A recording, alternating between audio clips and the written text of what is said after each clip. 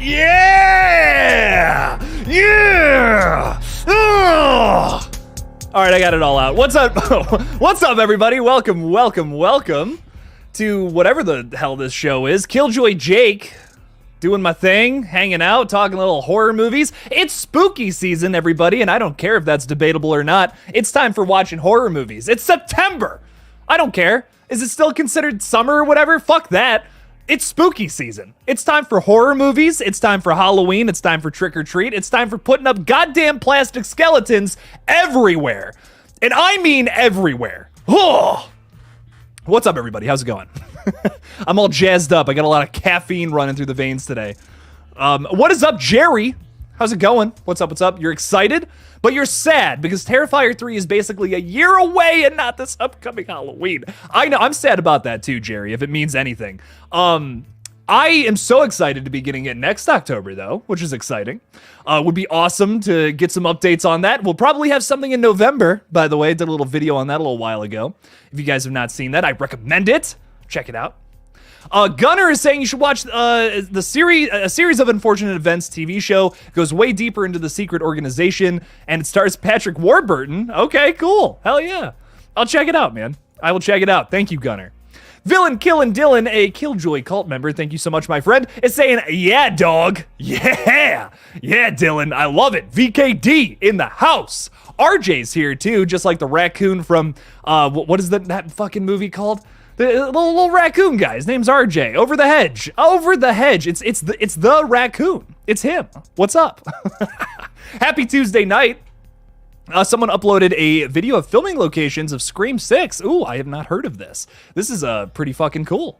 I was gonna do that, but it's so fucking expensive to go to Montreal. I really want to do that though. That would be fun. I may or may not do a filming locations video for something else though. That's coming out soon. Won't say what, but something. Talking Star Wars has been a member for a month. Thank you so much, Star Wars, and all the talking you do about it. I appreciate you. Thank you, my friend. 1 whole month. Thank you. That's What She Said is here, saying, here's Johnny. I think it's That's What She Said, Johnny. I don't know who it is behind that little mask of yours. Boops is here, too. What's good? I want a boop now. I kind of want to get a little boop on the nose after reading that. I'm gonna be real with you. Jamie is saying, yay, skeletons. Fuck yeah. Love me some good skeletons. Sarah Campbell's here as well. Howdy hey. What is up, my friend? Welcome to the stream. Scream Fan is saying, hey, Jake, what's your favorite scary movie? Also, I'm directing, producing, and doing the special effects on my own movie this December. Good luck to you, my friend. Movies are fucking hard to make. I will tell you that much. Very nice though. What's my favorite scary movie? I don't even know, dude. Like The Fly is my answer to that most times, often than not, but I love a lot of movies. I don't know. I watched Happy Death Day last night and I'm like, oh my God, I love every second of this movie. This is like a 10 out of 10 for me. I just keep coming back for more. Boops is also saying, about the Nev situation. She can't talk about Scream because she's a part of the franchise. She can't promote it, talk about Scream because of the strike. Sure, but she was asked specifically about, seeing Sidney Prescott back again in something new. And that's why she said she couldn't talk about it. In that context, I think it makes sense. But in context of just, can you talk about Scream? Yeah, you are correct, my friend. But oh boy, I'm excited to find out if she's back for 7 or not. I hope she is. I hope so. Maybe something happened before the strike. Who knows? Maybe we'll find out soon. Chris is saying the Rat King has arrived. Yes! Oh, what is up, Chris? How's it going, man? I'm hungry for rats as always. Always on the prowl for a good old tasty rat. Bill Cartwright is saying, what's going on, Jake? Apparently eating rats. That's on the agenda for tonight. What is on the agenda for tonight? Talking horror movies, talking bunch of bullshit. I don't know. I really don't know what else is up for tonight. Couldn't tell you. We're going to get into a bunch of trouble, Bill. That's what I'm hoping for. I love trouble. Twilight Sparkle Fan 2006 is saying, what's up? My B-Day is tomorrow. Happy early birthday, my friend. Very nice. And my birthday movie was The Nun 2, and I genuinely liked it. Nice. Good stuff. It's always good to like your birthday movie. I got that new movie from like Monkey Paw that's coming out. I can't remember what it's like. It's like Stay Out or something like that. I can't remember the name of it, but Looks pretty good from the trailer. Looks pretty interesting. Had a good trailer. Saw that before The Nun 2, actually. I'm excited to see it. Comes out right the weekend before my birthday, so I'm excited. Bill said he ran out of membership. Oh, I clicked on the wrong thing. Charlotte Gore. What's up, Charlotte? How's it going? Thought I'd finally say hi. I've been a lurker for around a year. Very nice. Love the content. Well, welcome, Charlotte. Thank you so much. I appreciate that. Massive Saw and Halloween fan. Nice. My top 2 franchises, they switch around. Great franchises to be your favorite, my friend. Very nice, very nice. Good stuff. I got to do more Halloween videos. I kind of got burnt out on it after talking about like Halloween 2018 kills and ends for so long. But maybe this Halloween season, I might go back and do some reviews or something. I don't know. There's a lot of other movies in that franchise I haven't made content about, so might look back at that. Bill's saying I ran out of memberships, sadly. Might have to renew whenever I get paid next week. Hell yeah, Bill. Appreciate it, man. Thank you. I'll have a review video for Ghostface and Up patrons some point next week, because I got a lot to do this week. But next week, there will be a review of... I can never remember the name of this movie off the top of my head for some reason. It's like Alive or something like that. I can't remember. It's like not Stay Alive. That's something else. But it's a movie with Christina Ricci, Justin Long, and a bunch of other folks, and I'm very excited to talk about it. It's already like it's in the can. It's recorded and everything. I just haven't I gotta actually edit it. Soon, my friends. It's coming out. Fortunes with a Z. I like that. The eye trap in Saw X is supposed to drop today, and it's nowhere to be found. The trap is supposed to drop? Is the man dying today? Holy shit. We're gonna get a clip or something? I don't want any more clips. I'm gonna be real. Was just talking to somebody about Saw X, and I'm like, I feel like we've seen enough. We have seen enough of that movie. I don't want to see any more. Don't want anything else spoiled. I feel like I already gotta know what's gonna happen. You know, I feel like I have a gist of who's going to die, who's going to live, how this is going to play out. I don't think I need to see any more. I'm already fucking hyped. And most of Saw community is pretty hyped about it too. Most, not all of them. Not everybody, but most people. Boops is saying, honestly, I love that name. I can't get over it. Boops! Honestly, if she's back or not, I need Scream and to end at 7. We had a 6-movie win streak with no bad movies, and 7 looks okay from the direction it's taking, and I think it ends on the 7th. It will be. It will be the bomb, is what you're saying. Hell yeah! I think for sure they're going to market it as the final chapter. Like, this is the end. You know, this is the end of the franchise. This is going to be the last Ghostface. It's never the end, though. Come on. As long as they're making money, it's not the end. So I think it'll market that way, though. Like, is Halloween Ends the last one? No. There's going to be more. They're going to do a whole nother trilogy in 5 years or something, probably. However you feel about Ends, I'm not crazy about it. I've said that multiple times. A lot of people love it. A lot of people want more. You never know. You never know what'll happen. Anything is possible, my friends. It Lives Inside. Thank you, Ty. I appreciate that. That is the movie that's coming out right before my birthday. I'm excited for it. It looks good. Looks all right. I don't know. I don't know how I feel about it. I'm on the fence. I hope it's good, though. Scream fan is quoting some Randy. I love it. Did you really put her liver in the mailbox? Did you really put her liver in the mailbox? Because I heard they found her liver in the mailbox next to her spleen and her pancreas. Nice. I love it. Love me some Randy. Oh, what's up, Ashley? I forgot to say hi to Ashley. Yo.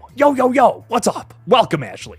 Logan is saying, have you seen The Lobster? I don't think it's a horror movie, but I was thinking of watching it tonight. I have seen it. Probably my favorite from Yorgos, the director of that one. He does a bunch of other weird indie flicks that, not gonna lie, not really my cup of tea, but I really liked The Lobster, though. That one, pretty solid. His other movies, I'm not really into, personally. Little too, I really like artsy stuff. I, love it. Lose my mind over, super artsy shit, but his is, a step too far, in my opinion. It's just a little too artsy. I wish it was a little more grounded, personally. But The Lobster's pretty good. Lobster's a pretty solid movie. If you have not seen it, I recommend it. Sarah Campbell has been a member for 10 months. Thank you so much, Sarah. I really appreciate that. I don't know what to write for this, so hi. I've had a fun almost year here. Well, thank you so much, Sarah. I really do appreciate the support. Thank you. 10 whole months. Holy crap. That's awesome. Thanks for being here, my friend. Appreciate you. Appreciate you a whole bunch. Boops is also saying, I just keep clicking on you because I just like the word boops, is saying, also Christopher Landon confirmed kinda that Jessica Roth is going to be in Scream 7. He was said in an interview, Jessica is my work wife and I'm working on a project with her that's coming soon. Ooh. I hope she's in it. I mean, it would be perfect. It would be so perfect to have her as like an opening kill or something. That would be sick. Same with Catherine Newton. She would be a perfect Scream character. Like, just somebody in that universe. That would be sick. That would be a lot of fun. Would be a lot of fun. Oh, Villain Killin' Dylan asking the big questions here. Blood and Honey 2? Oh yes, it is happening. Winnie the Pooh Blood and Honey, the sequel, is coming out. I don't know, man. I mean, listen, I covered it yesterday. I did like a little short on it, and they, you know, it looks better. I'm gonna be honest. I'll give them that. The designs look way better than the first one. They actually they used more than just a Spirit Halloween mask. It's like an original design now, which is cool. I don't know. I mean, is it gonna be a fucking masterpiece or something? I don't think so. But will it be just dumb fun like the first one? Yeah, sure. Some people were like, that is the most unwatchable movie I've ever seen in my life. And I don't know. I mean, it was bad, but like, what did you expect from Winnie the Pooh Blood and Honey? You know? I thought the insanely negative reviews coming out of that was like a little goofy. Because like Cocaine Bear comes out a week later after that or whatever. And I remember like everyone was like, oh yeah, it was just a so bad it's good, fun little comedy movie. And it's like, what? Like, how did that not translate with Winnie the Pooh? I don't know. I mean, like I said, it's not good, but that was the point. That was totally the point. It was exactly what I was expecting and no more, no less. Will I watch it again? Probably not, but do I like hate it? Do I despise that movie for existing? No. I think some people were just upset they ruined Winnie the Pooh. That's my guess. Some people are big Winnie the Pooh stans. That's all good. Hey, I respect it. The Loomis Killer is saying, hey, Jake. Yo, Loomis Killer. Are you excited about the Thanksgiving movie? Saw the trailer and I'm pumped. Me too, my friend. Oh, I'm very excited for it. It looks like a lot of fun. It's Eli Roth doing a slasher movie again, which is nice.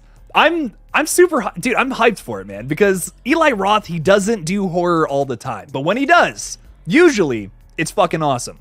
I love Hostel 1 and 2. I love Cabin Fever, Green Inferno, bangers, man. Fucking love them. But, like, he's doing the new Borderlands movie. I'm not, like, super hyped about that. I'm sure it's going to be fun. But, like, he's done other offshoot movies where it's, like, they're just not horror-focused, and I'm just not as into that. I don't know. I feel like he's at his best when he's doing Grindhouse-style horror. And Thanksgiving seems to be that. I'm excited for it. I got a lot of comments on the video I did recently about it, about how people were really upset about Addison Rae being involved. I personally, I've never seen her in anything. I've never even seen like any of her TikToks or anything from when she blew up. I couldn't tell you too much about the lady, but I'm sure she's gonna do great. You know, I'm sure she's gonna give a good performance. You got to stay optimistic about these kind of things. I don't know. I don't know. A lot of people were upset about that in my comments. I was like, what did she do something that I'm unaware of? I don't know. I couldn't tell you. So I'm excited to see what kind of performance she gives in this movie, what it's going to be all about. I know it's going to, like, because it's Eli Roth, though, it's something that is clearly a passion project of his. I know it's going to be good for that reason. So I think I'm going to like it. I don't know. I don't know what the overall reception is going to be for it, but it's going to be a bloody good time. It's a modern slasher with crazy gory effects. Those are some of my favorite movies. Fucking love Terrifier from last year. Super hyped for Terrifier 3. Feel like it's going to be in that same vein. Talking Star Wars is saying, have you seen Dario Argento's Demons movies? Yes. Isn't that Mario Bava's kid that directs that, though? I know Dario Argento produces it. Lamberto? Is it like Lamberto Bava? Is that what it is? I love that the first and second one so much. I gotta rewatch them though. Demons. It's like 1985, I believe. Yes. I want to get this name right because, yeah. Oh my god, I can't believe I got that right. Lamberto Bava. There we go. Shit.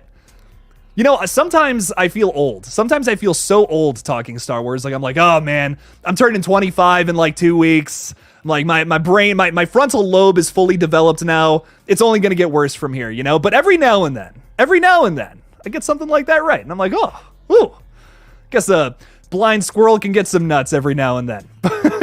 But yes, love those movies. They're basically Italian Evil Dead if you've never seen them. And I highly recommend them. They're very good films. Very giallo, but also very like fucked up and gross and scary. A lot of fun stuff going on in those ones if you've never seen them. I think there's only 2 of them. off the top of my head. I've only seen at least two, the first two, if there is any more. But really good movies. If you've never seen them, I recommend them. Scream Geek is saying, I'm considering watching Brightburn, but I've seen some negative reviews, so I don't know if I should watch it. Here's what I'll say, Scream Geek. I know that Brightburn has a sequel coming out soon. They just announced this today, which is really exciting. But something I would say about the film is it's not that bad. Like, in concept, I think that's the strongest element to it, for sure. Execution-wise, not every scene necessarily works. There's something about the story I'm not crazy about either, but I think you'll enjoy it. I think, honestly, most people will enjoy that film. It's really interesting. It basically just answers the question of what if Superman wasn't a good guy? And I don't know. There's not much else I want to tell you without... There's not much else I want to tell you about it because I don't want to spoil it. It really is a fun watch, though. I don't hate the film, but I'm also not losing my mind over it, like recommending it to everybody. But superhero horror is fascinating to me. Because there's so much just regular superhero movies that are just so like normal and trying to be so like not offensive. They're like trying everything they possibly can to push humor in there, but to not be, too offensive. We can say like we make butt jokes, but that's all we can do. What I love about things like Brightburn and The Boys is they just push that envelope as far as they possibly can, and that's kind of why I respect it. I'm not like I said, not the biggest Brightburn fan on the planet, but it's a solid movie, and I recommend it. Not a 10 out of 10, but somewhere in the middle there, like a 6 or a 7 out of 10 for me. I enjoyed it. Charlie Gore is saying, I'm looking forward to Thanksgiving, but at the moment, any excitement for anything but Saw is on hold for me. Fair. Totally fair. Movie-wise, Saw is all I'm thinking about, just weeks away. Yes! Oh, so excited. I can't wait for that one. 29th, it's coming out, which is going to be great. Week before that, we got that movie that Ty was talking about earlier that I can no longer remember. It Lives Inside. It Lives Inside. Yeah, so we got a couple of movies on the horizon. The Haunting of Venice comes out this weekend, I believe. I might try to see that Thursday night. Just to get a review out. It's like I said, spooky season. Got to get something out. Got to get some more reviews out. I'm trying to do more of those. Or ranking videos, too. I want to get a Conjuring ranking video out this week, too. But no promises.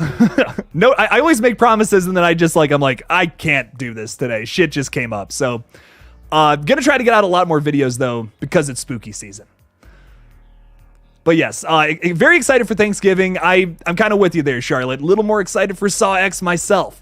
I can't wait for it. It's gonna be great. Noah Atkinson is with us tonight, saying, Scream 7, they should have dogs for protection so they can attack the Ghostface killers.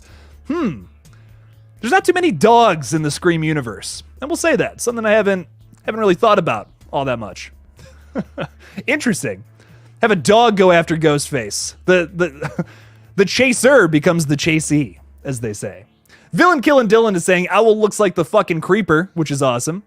Owl from Winnie the Pooh Blood and Honey too. Yeah. Yes. It looks creepy. It's a cool design, I'm hoping it's a step up from the first one. And to see that improvement, I think would be great. I always want to see improvement with horror movies and franchises, especially ones that are like crazy, randomly successful, like Winnie the Pooh Blood and Honey, which is crazy.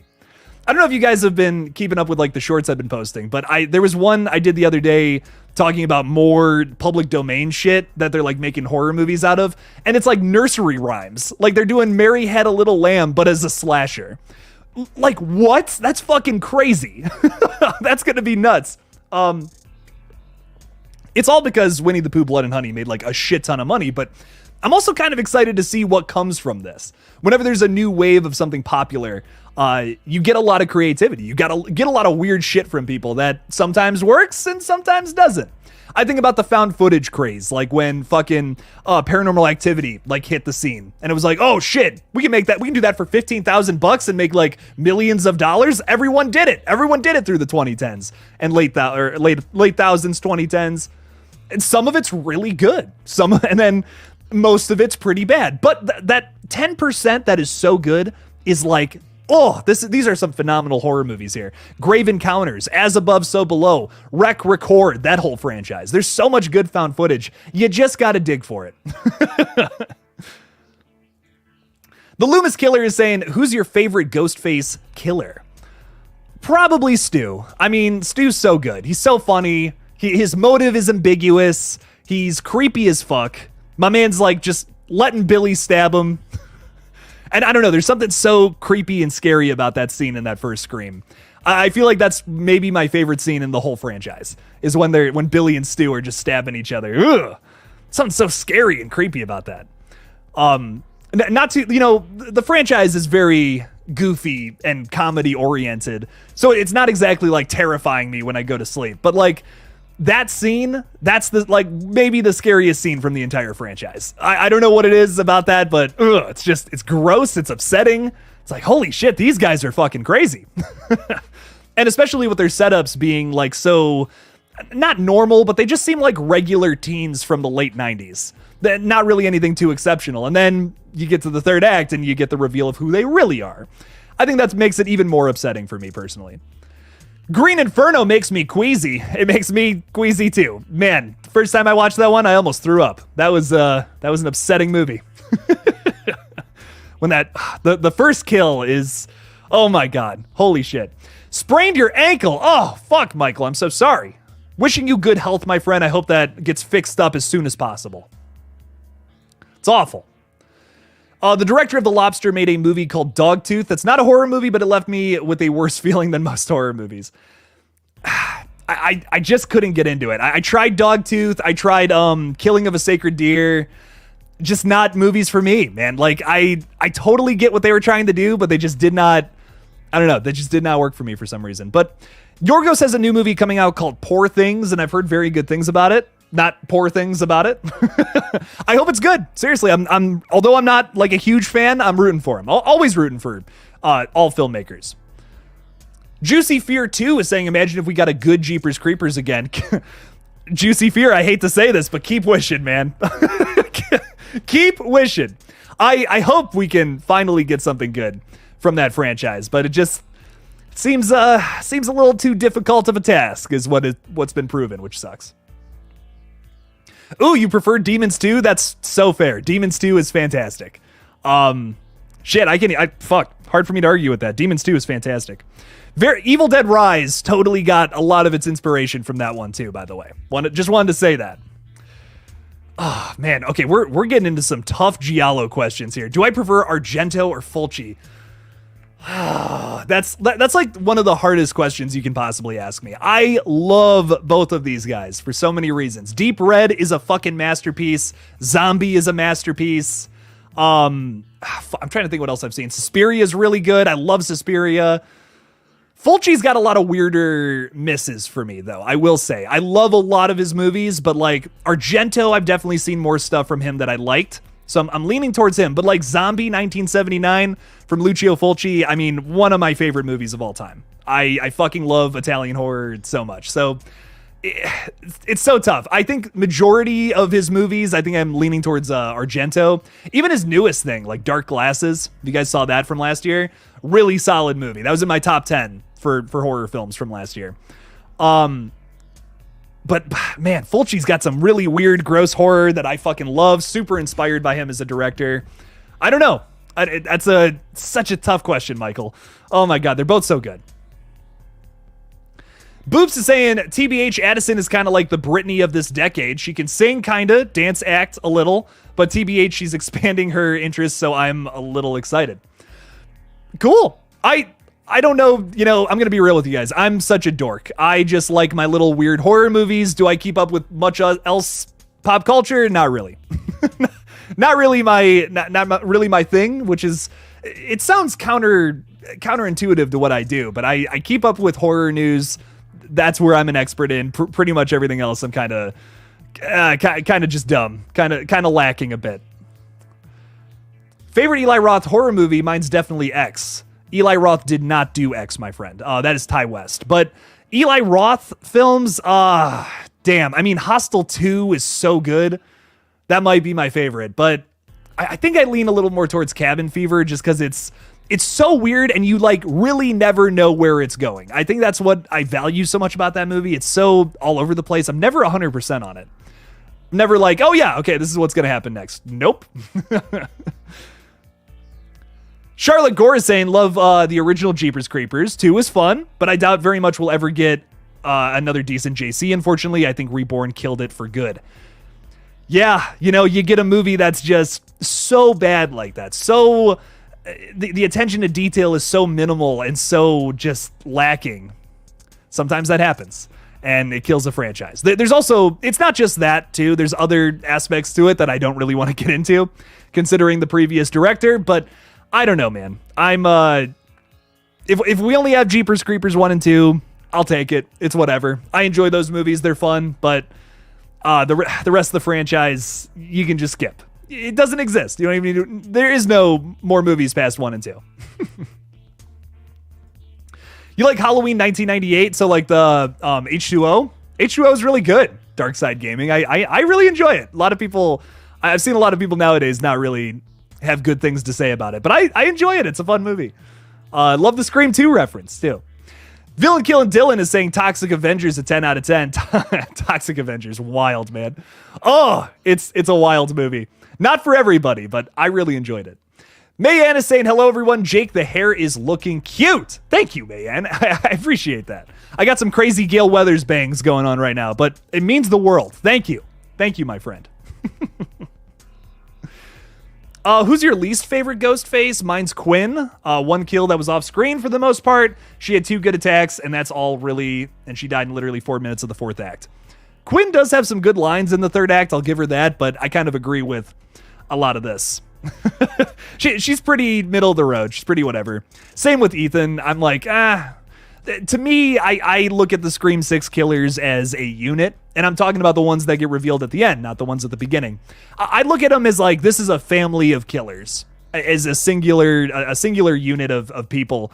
And I feel like that's how it was intended. You go back and you look at something like Scream 2, where Mickey is absolutely his own entity, with his own motive, his own things that he wants to accomplish, versus Mrs. Loomis, who is the mom of the killer from the previous movie. They're very different characters. And they have a purposeful separation of them in that final act.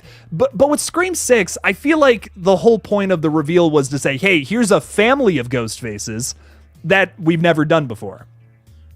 And I'll give it to him. I'm like, okay, that works for me. That's fun. The more I watch it, the more I can get into it. But I will admit, I see the parallels to Scream 2. That's just going to happen when you have anything that's comparable to something from a previous movie. When you get down the line in these later sequels, this shit's going to happen. It happens in every franchise where it's like, oh, this is kind of a little too similar to something we've done before. I think my rule of thumb with a Scream movie moving forward is let's just not have any more relative characters in general. And that's not too hard to do. That's not a hard thing to do at all, in my opinion. There's so many reasons why someone would go out there and try to kill somebody. It doesn't always have to be revenge from a family member. So I would say to just avoid that comparison, that it's a needless comparison too. It's just like, seriously, like it's not exactly the same thing. I don't know. I would say just cut that out entirely. Just don't make it about families anymore. And that's not that hard to do. At least I don't think. I think there's a lot of different kinds of killers we could have in this universe if we just explore and get creative. So let's see what happens in Scream 7. Let's see what they end up doing. But I have faith. I have faith it's going to be good. Mickey's your favorite. Very nice. Because of his personality. I think my least favorite is probably Richie. Don't like his character as Ghostface. I'm on the fence about Richie. I'm not like crazy big fan of him, but I love Jack Quaid, and I think he gives a great Ghostface performance. I also think he's really funny throughout that entire movie. He really drives the humor in that film for me. I'm going to see A Haunting in Venice 2. Looks fun. Not expecting much horror. More of a kind of creepy Knives Out. Yeah, Ty, I agree. I'm not... I usually... When I see a trailer for a new original horror, I'm always like, oh, I got to make a video about that. I got to talk about that. Build some hype for it. But there hasn't been much that I'm like, oh, I got to make a video about this. Maybe that one from... that like the people from Monkey Paw are producing. I might do a video on that. But there hasn't been a whole lot of original horror coming out this Halloween season that I'm like super excited about. I mean, like everything's kind of franchise based that I'm going to see that like I am highly anticipating. If it's, Five Nights at Freddy's, which is a video game franchise, so that's why I'm roping it in there. Saw X, VHS 85. What else is coming out? Fuck. The Pet Sematary prequel, which like I don't know if I'm excited for that, but I'm going to see it. What the fuck else? Exorcist, I'm not excited for that, but I'm gonna see it too. Yeah, a lot of like franchise continuation stuff where I'm like, okay, I gotta talk about this, but I don't know, not much original horror is really striking me. There was that Hulu trailer though that just came out, which I can't remember the name of this movie, but really solid trailer that just came out for a Hulu original. I'm excited for that. I'm like, okay, that looks good. I want to pull this up real quick because I'm actually kind of curious. I always, a big part of this channel, a big reason I love doing it is I love talking about and shedding light on new horror movies coming out that I feel like are good and may not have enough attention drawn to them. And this was a trailer that kind of really shocked me with the quality and with the scares, and I just cannot find it. There we go. No One Will Save You. It's coming to Hulu on September 22nd, also 2 days before my birthday. So there you go. Got a bunch of movies coming out that weekend. That one looks fun. I recommend it. It's got a good trailer. Look it up if you guys have not seen it. A homeless snail is with us. Does not have a shell. Wow, it's really sad. I'm so sorry. I'm so sorry, snail. I hope you find a shell somewhere out in the wild there. My favorite Ghostface duo is obviously Billy and Stu. I don't know why they're so funny. Hey, Billy and Stu's great. They're great. They're a great combo. Hard to argue with that. They're a great. They're the originals. They're the OG. It's a great reveal. It's good stuff. I'm trying to see what else is going on here. Jill is also up there for me too. I really like Jill. Big Jill stan in this house. What's next? The three little pigs with Goldilocks running around with a machete? Probably, RJ. Probably with the way shit's going. Yeah, we got 3 blind mice. We got Marietta Little Lamb. It's insane. It's crazy, man. I'm going to see it. I'm going to watch it, though. I don't know if I'm going to enjoy it, but I'm going to watch it. Grave Encounters 2 as my 2 besties. We watched a movie. Oh, I know what you're talking about. Right at the beginning there, get a little we watched a movie cameo, which is fun. Love Grave Encounters 2. That one's a lot of fun. Oh, shit. Love found footage. Paranormal Activity is always a must around Halloween. Very nice. Very nice. That's one I love to watch with friends. Like, it's so much more fun when you're watching it with people. La Llorona is the best of the worst Conjuring movies, only because it's better paced with the scares than the rest. Annabelle, I'd say, is the worst. I just don't get that. That first Annabelle, I think, is one of the scariest movies in the whole Conjuring. Like, the story is just Rosemary's Baby, and it's kind of, the story is very mid.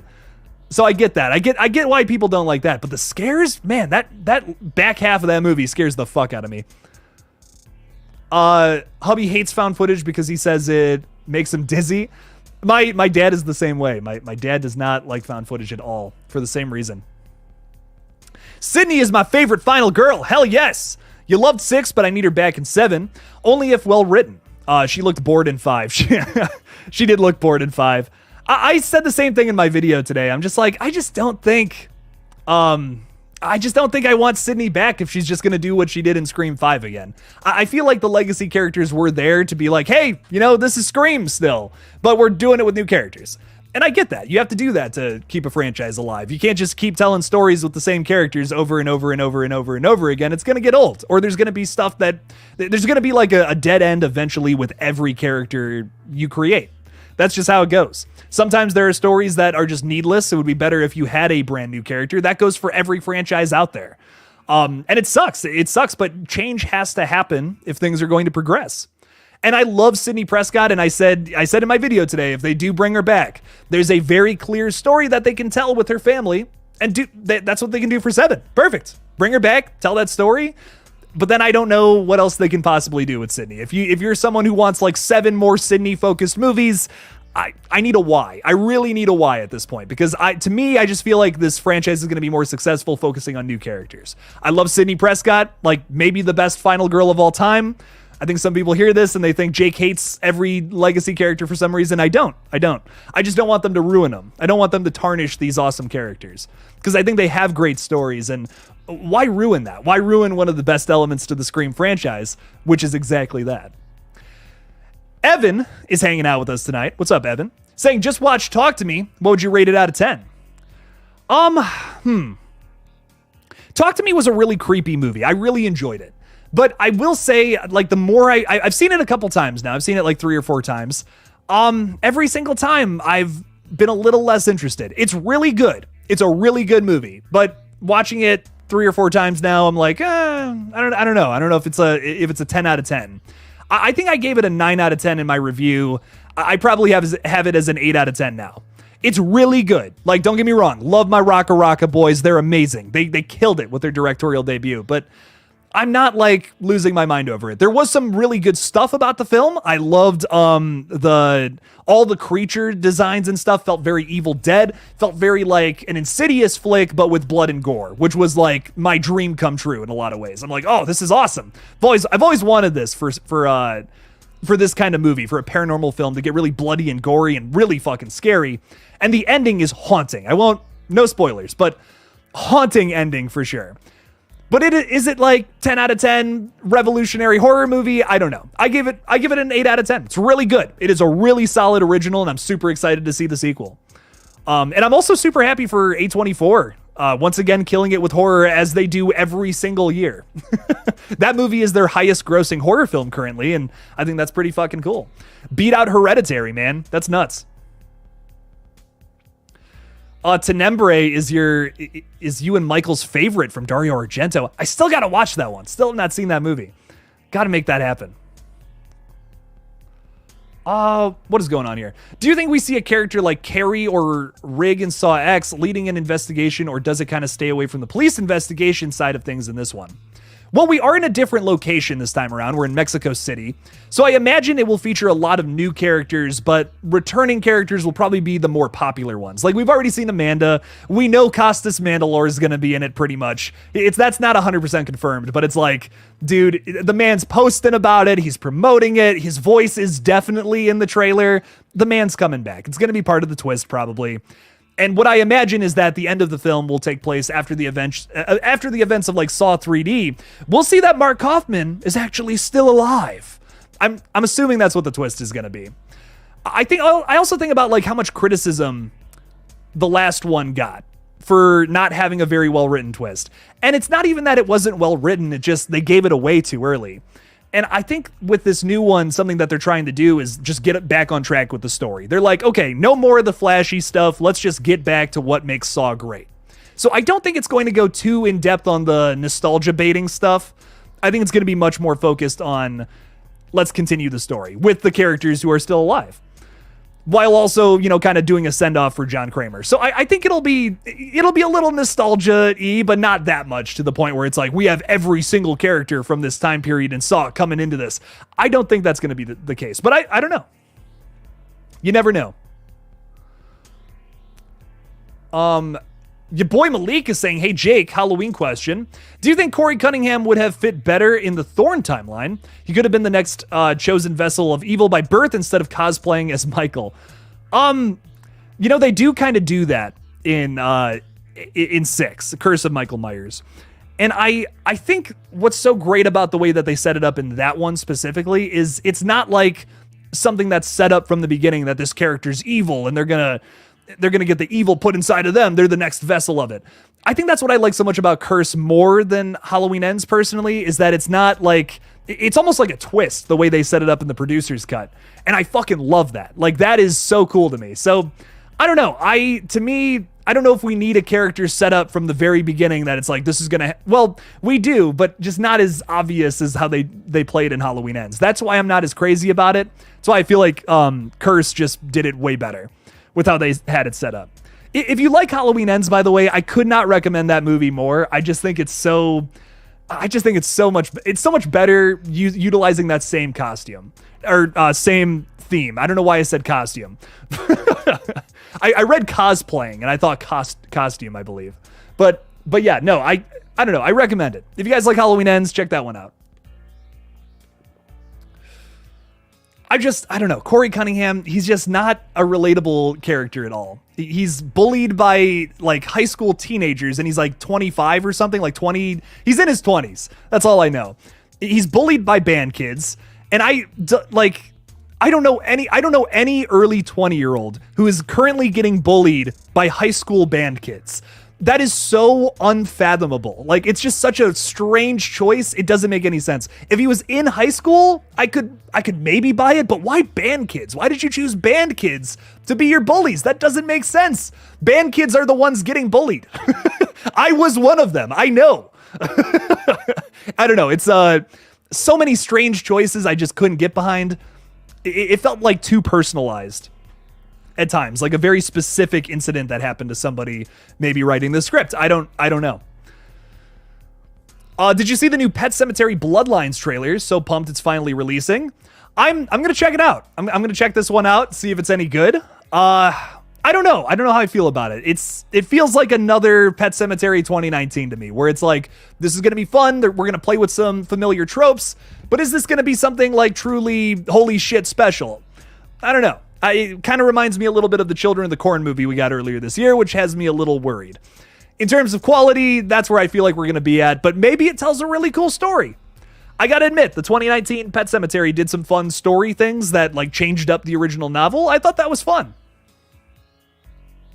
So let's see it. We'll check it out on October 6th when it comes out, and hopefully it's good. Check it out on Paramount Plus, because I don't believe it's going to theaters. My chunky Jordy is with us tonight. What's up, Jordy?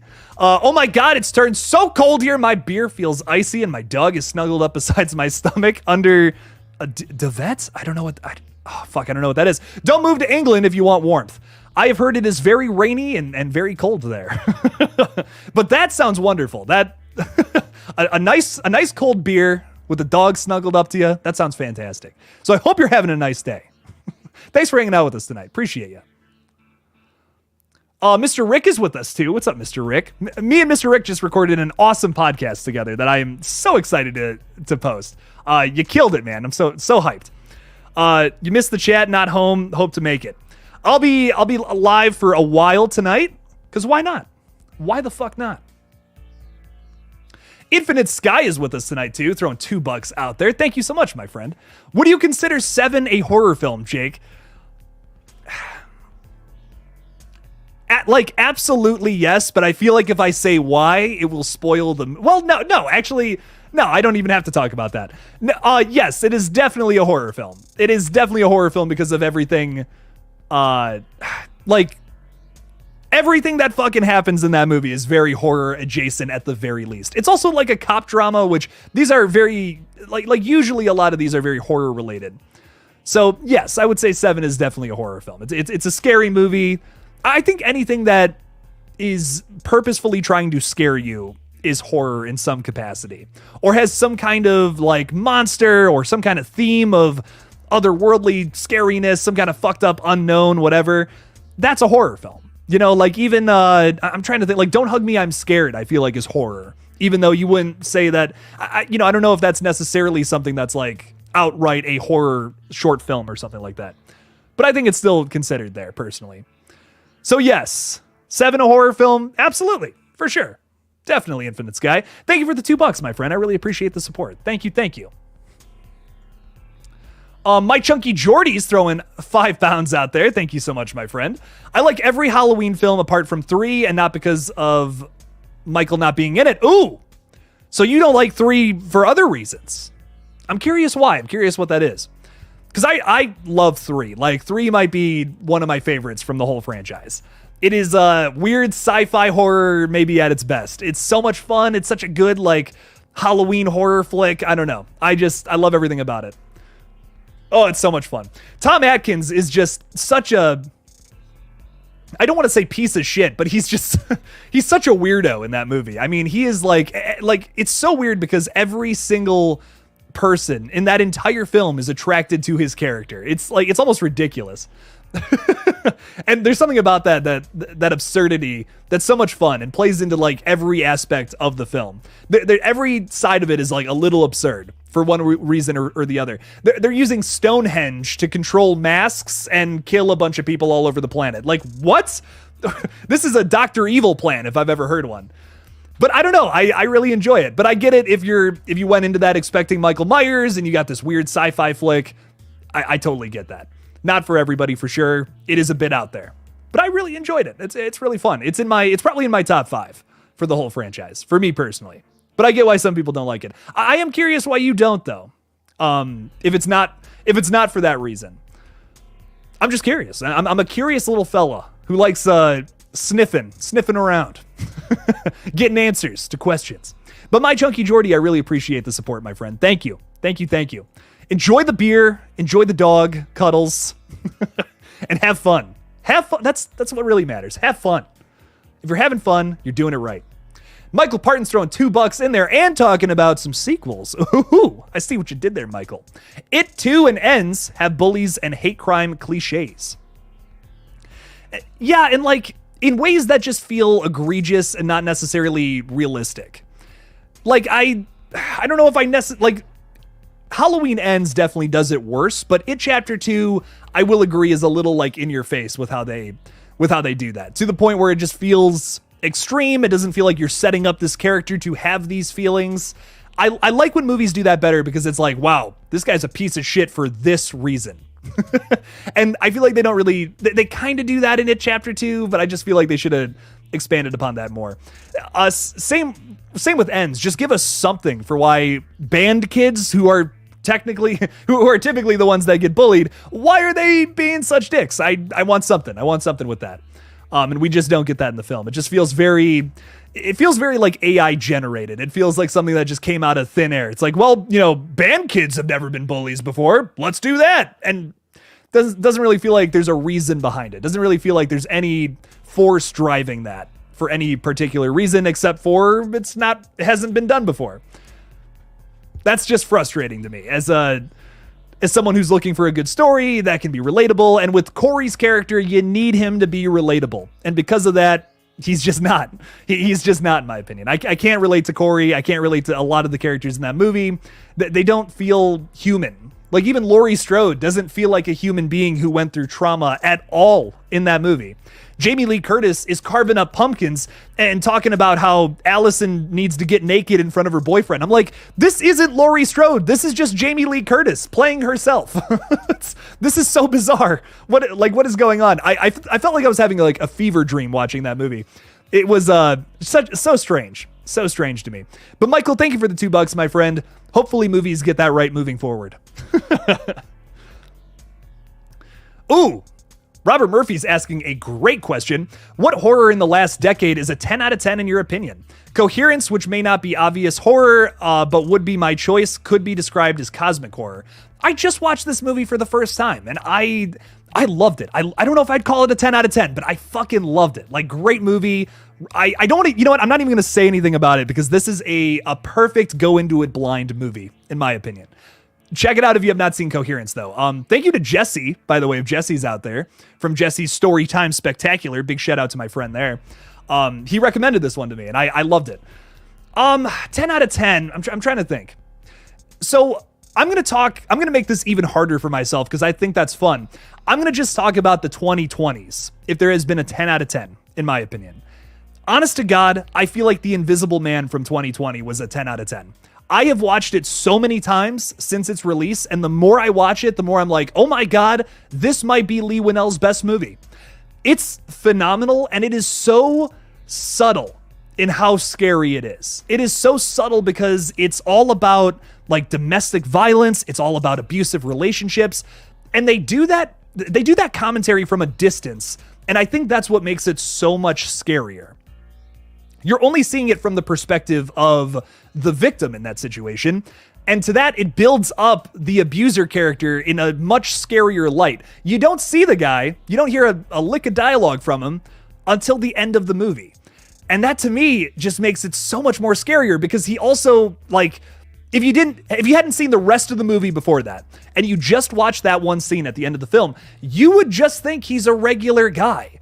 And that's what's so real and scary about it, is because that's very close to reality about how it is. Like, these people just seem like normal people. And then you find out one day they're just fucking names are in the news. Oh shit, they're doing all this nasty shit behind the scenes. That's fucking scary. And in my opinion, Invisible Man 2020 is the very best movie I personally have ever seen that has done that kind of commentary, because of the way it's set up. So for that, it's a 10 out of 10. It's a perfect movie. I fucking love it.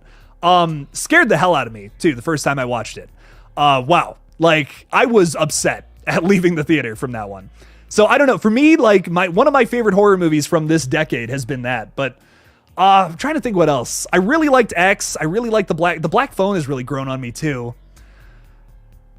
Man, this is so tough. Barbarian is up there, like way up there for me. Barbarian is a 10 out of 10, I think, in my opinion. Some people don't like that one though. That's a controversial choice. But I feel like most people could relate to the Invisible Man, which is why I put it up there so high. But I love Barbarian for being weird. It makes so many weird, crazy, upsetting choices that you're like, no fucking way do we just do all that setup and now we're back at square one after fucking 30 minutes. Like, what? Holy shit.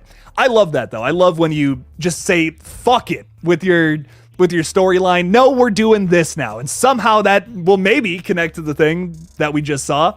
I don't know. And that's what's great about Barbarian. You genuinely are just left guessing for so long. Like, what am I watching? Who is this guy? And I don't want to say any more if you haven't seen it, but watch it. It's so good.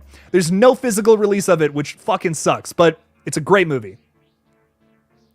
Philip Munoz is saying, what's up, fam? How's it going? I really hope I pronounced that correctly. Oh shit, you're having a fun night. Having a rough day, 5 G's of mushies and watching Sharks of the Corn. Oh, I know what you're getting into, Philip. And what I will say, my friend, is have fun. And, you know, don't go too crazy, but go a little crazy. You know, go a little crazy. If it's been a rough day, have a little bit of fun.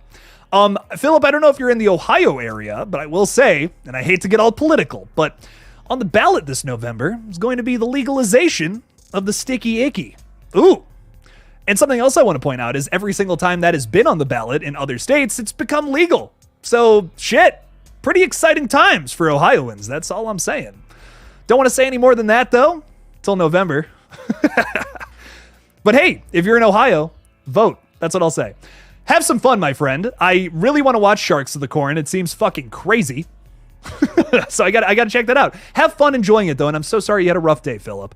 Hopefully you'll have a better night. Infinite Sky is saying, would anyone consider No Country for Old Men a neo-Western horror film? Now that's a thinker right there.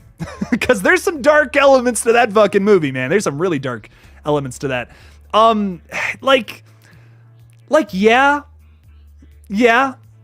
I think if we're talking about Western horror movies, though, or like cowboy horror, which does exist, Bone Tomahawk is the first one that comes to mind personally.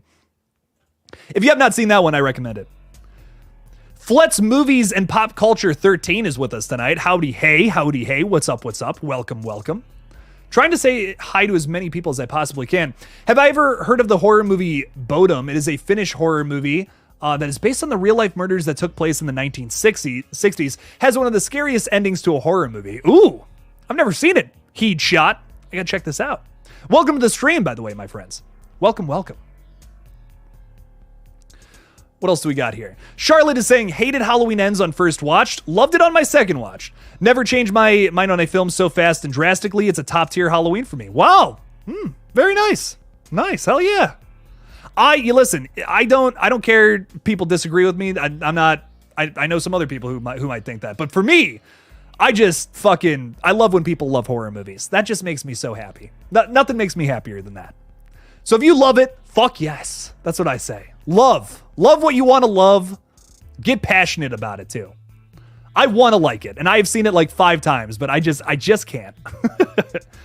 Ooh, Upgrade. Hell yeah, another Lee Winnell. Probably the closest to a 10 out of 10, but it isn't a traditional horror. It's more like pure body horror. Oh, it's definitely still horror though. Oh, it is absolutely still a horror film. Holy shit. It's a scary movie. Yeah, that in Lee Winnell was just killing it with his last 2 movies, man. Upgrade and Invisible Man, I think, are just so fucking good. I've seen a lot of people criticize Upgrade for basically being like the story, like it's a Venom symbiote. Like people are like, this is just a good Venom movie. That's all it is. And I'm like, I think it's just so much more than that. Like it has so much good commentary, some like gross out fucking moments, amazing camera work with a gimbal, which is really hard to do. Also very experimental too. Like gimbals are, we tried to use one for Red Right Hand and it broke. I tried to do something cool with it. Just like I'm trying to do something good with my hair right now, but it's just doesn't want to cooperate. I told you guys it was sweaty in here earlier. But yeah, there we go. Does this look better? Should I put the beanie on? I should put the beanie on. That's Thankfully, I have it right here, just in case. You never know when you may need a Creepshow beanie. And this is one of those times. But Blucka, I can't even argue with that, my friend. Upgrade is one of the most underrated horror movies of all time, in my opinion. It's so good. It's like, oh my God, I can't believe nobody talks about that. Midsommar is Ari Aster's best film. Can't argue with that. Can't argue with that. It's a banger. I've seen it. I got burnt out on it though. I'm gonna rewatch it again sometime because I've been thinking about it. But I showed that movie to so many people. Like I probably seen that movie 30 times, and it came out only like 4 years ago. Like I'm so burnt out on Midsommar, but I love it. It's so good. It's such a good movie. But I've seen it a million times. I feel like it's the best like weird indie horror movie to show to buddies. Because it's pretty digestible. It's nothing too like far out there where it's like, oh, I don't think I'll get all these themes. No, it's pretty in your face about everything. It's just really dark. It's not something I would put on as a, mindless, I want to go to bed and just watch something before that. I wouldn't put Midsommar on. But I don't know. I think it's really good gateway horror into like weirder stuff is how I feel about it. If you're trying to get somebody into like A24 horror, that's one I recommend. Shay Rance is saying, hey Jake, what's up? Did you see the trailer for Thanksgiving? Still waiting to see if the double yeah, I know what you mean. The double decapitation. And there's also a BJ in there somewhere. Yeah, I'm very excited to see what they do with that. We got some shots from the trailer that were familiar from the Grindhouse trailer that they ended up refilming, which was cool. But I'm very excited for it. I was really impressed by the trailer. I actually was like, oh my God. Like I screamed out loud when I saw that first kill, like about 30 seconds into the trailer. That's upsetting. That is a really upsetting trailer kill that I've thought about that before. I used to work at Chipotle and we had a walk-in freezer, and I would always think about like, how could a slasher kill somebody in this? That's where my mind goes when I'm aimlessly working on mindless shit. But I was thinking about that the whole time. I'm like, I wonder how someone would do that. And I finally got the answer to that question. Dunk their head in water and then freeze their face against the fucking door.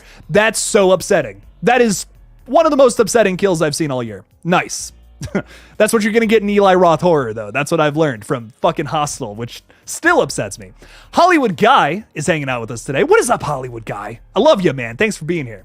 Saying, Jake, did you like Smile? I really did. Ooh, I really did. Fucking loved Smile. It was, I'm trying to think what to say about it, too, because I always say the same thing about this one. But something I want to praise about Smile is that I feel like it stands apart from all of the other movies that did this same kind of storytelling. It's very familiar when you watch it. It's not the hardest story to follow, probably because you've seen something familiar to it. If it's The Ring or Drag Me to Hell, or they have the same plot, pretty much. But this movie stands out, in my opinion. It's got some really interesting and unique effects that I love, especially in the ending with when you finally get the creature reveal.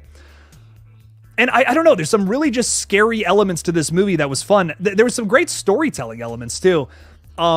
There's something set up with a cat earlier on that comes back in a really horrifying way.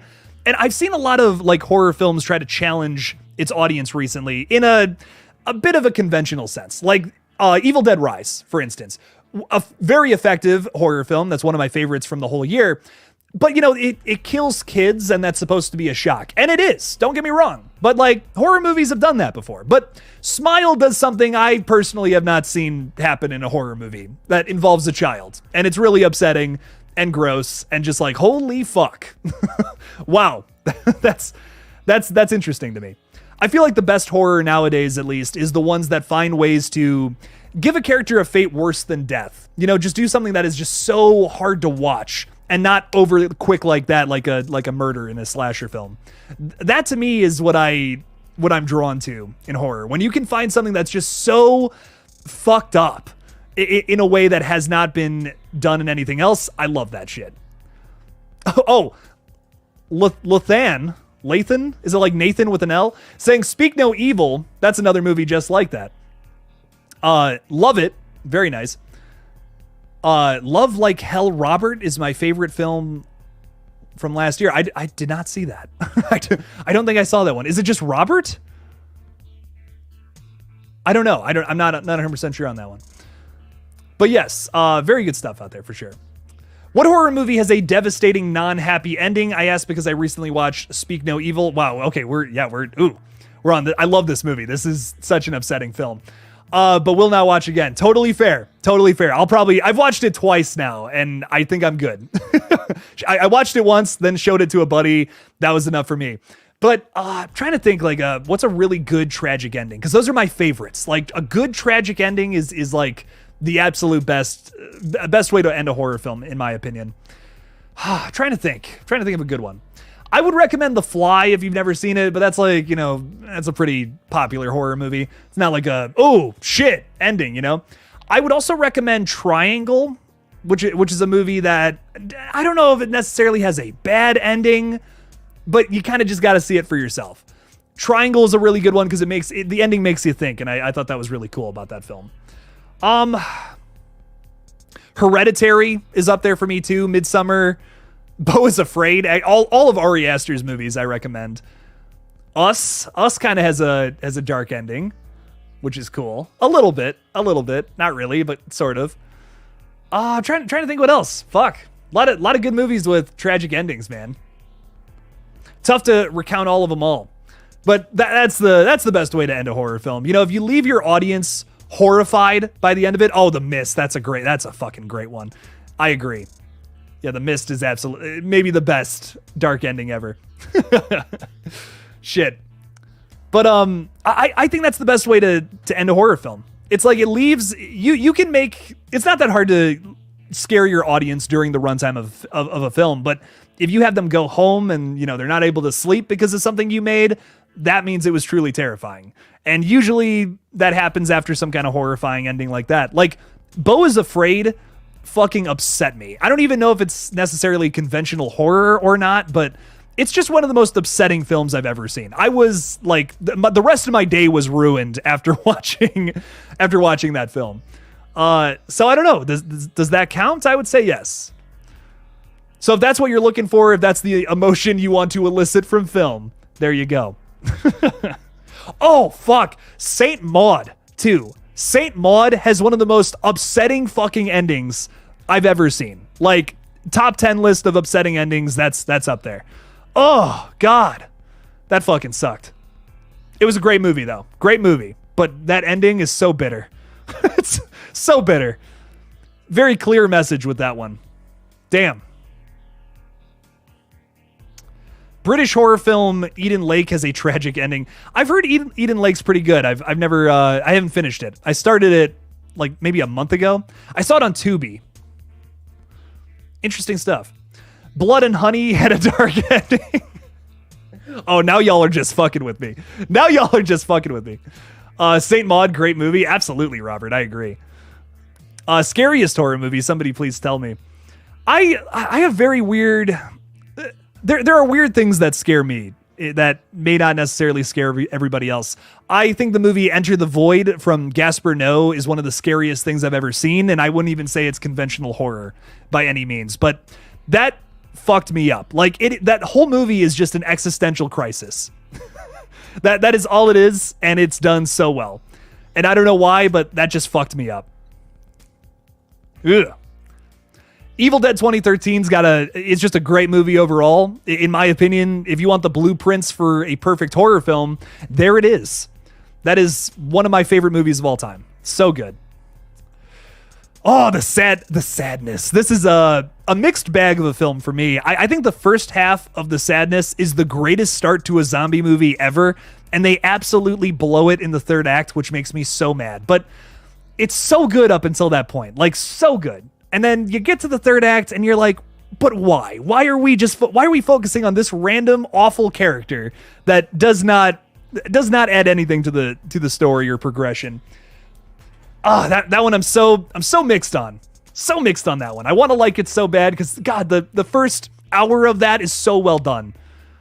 But everything after that I just don't care for. yeah, the original Grudge franchise fucked me up for years when I was a teenager. I love the original one for so much. Like, I love the American one too, don't get me wrong, but the original one is my cup of tea. I love it. Slow burn. It's got a lot of weird story stuff going on in it. It's not a conventional way of telling the story, but I guess the American one's like that too. But man, great movie though. Both of them, American and the original. Ooh, scary shit, man. The use of sound design, I don't think has ever been done better than that first Grudge movie. So good. Amazing sound design in that movie. Candyman scared the hell out of you. Nice. Oh, I love Candyman. Do. So good, man. Gangster Bro, we were just talking about Don't Hug Me, I'm Scared. Nice. It's the best comedy horror film series ever. Oh, I fucking love it. It's every now and then I put it on just to check it out. It's really good though. Really good series. I really dig that one. The Sadness felt like it had no more ideas to keep the tension going, so focused on disturbing. Oh yeah, like just trying to disturb itself. I couldn't agree more, Blucka. Like it's good. Like it's a really good movie, but like they lost me after a certain point. And man, I mean the subway sequence is so upsetting to the point where I'm like, I want to throw up. It was so upsetting.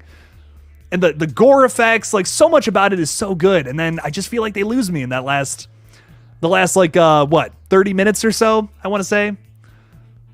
When the one thing happens and beyond that's when it kind of just, I feel like they push the envelope too far. But yeah, it's so close to being like the best zombie movie ever though. Like it really is. It's so close to being that. And I don't know. I want to watch it again though to really soak in all of it. Cause man, I can't recommend the first like 45 minutes of that movie more. Shay Rance is saying Hostel is the franchise that messed me up, especially Josh's torture and the eye torture. Oh my God. Dude, the Achilles heel thing in that movie was so upsetting. And I thought that was like really hard to watch. Then I got to the second film. And my God, that was, it topped it. I don't know how they did it, but the second film is worse. I don't know. Eli Roth is a sick motherfucker, and I bet he's super proud of that. Ooh, High Tension. Oh, that's a good one. Messed you up as at 13 years old. Yeah, that one's really scary. Another great movie with great kills, great gore, great twist. That's the kind of movie, like, if I could make a movie, would want it to be like High Tension. Like crazy gore, crazy kills, and then just a whack twist right at the end to be like, what the fuck? Like, what? This was happening the whole time? Holy shit. High Tension was good, and I couldn't figure it out. I was kind of in the same boat. There's a single scene of that whole movie that kind of ruins the twist, in my opinion, but I wouldn't cut it out. I wouldn't cut it out either. I might do a big review of that one day to talk about that, because that would be so fun. What's the most disturbing film you've ever seen? For me, it's Martyrs. Never watched it again. I watched Martyrs recently for the first time, and I love it. Like, I'm kind of with you. I don't know if I'll ever watch it again, but I really loved it. Oftentimes, Martyrs gets classified in the same boat as like a Serbian film or like Human Centipede, where the goal of those movies was just to make you throw up, basically. But Martyrs, for me, is just a really well done story. It's really disturbing and really dark, and you'll know that in the first 10 minutes. But my God, it's a really well executed horror film. And one of the most upsetting things I've ever seen, for sure. God damn, that first 10 minutes of that movie had my jaw on the ground. Jason Carpenter is saying, just made it in, Jake. Hell yeah! Welcome, Jason! We're going live until 9. Doing a 2-hour stream. I got my fucking health tea thing, whatever. I'm going until I'm out. Going until I'm out of tea. Ooh, Infinite Sky's talking about Clown from, technically from Eli Roth. He produced it. Felt like it was really surprisingly good and creepy. Yeah. Oh yeah. This movie kicks ass if you've never seen it. If you're someone who's looking for more clown horror, maybe you're a big fan of Terrifier, maybe you like Wrinkles the Clown, or maybe you just got off of a It marathon. You just watched It 2017 and It 2019. You're like, fuck, I need more of these. I need more clowns in my life. Well, guess what? Look no further than Eli Roth, a film he produced, not directed, called Clown. It very much so fits in the same vein as like the rest of his stuff. Like it feels like if you didn't know it was directed by somebody else, you would probably be like, oh yeah, that was Eli Roth. Totally. I love it though. That movie is so fucking gross, so scary, and it also delves into body horror a little bit, which I thought was really nice. Really kick-ass movie though. If you haven't seen it, that one scared the hell out of me. I want to say I watched that for the first time like when I was first starting this channel. That's kind of when I first saw that one. I watched like 3 horror films a day in preparation for this channel. Like 2018, all I did was watch horror movies like every single day. I worked and I went home and I watched like as many horror movies as I could consume. Like I went through all the big franchises. Then I started like looking up other like obscure horror movies I could watch. That was one of them. Oh, that was a fun little period.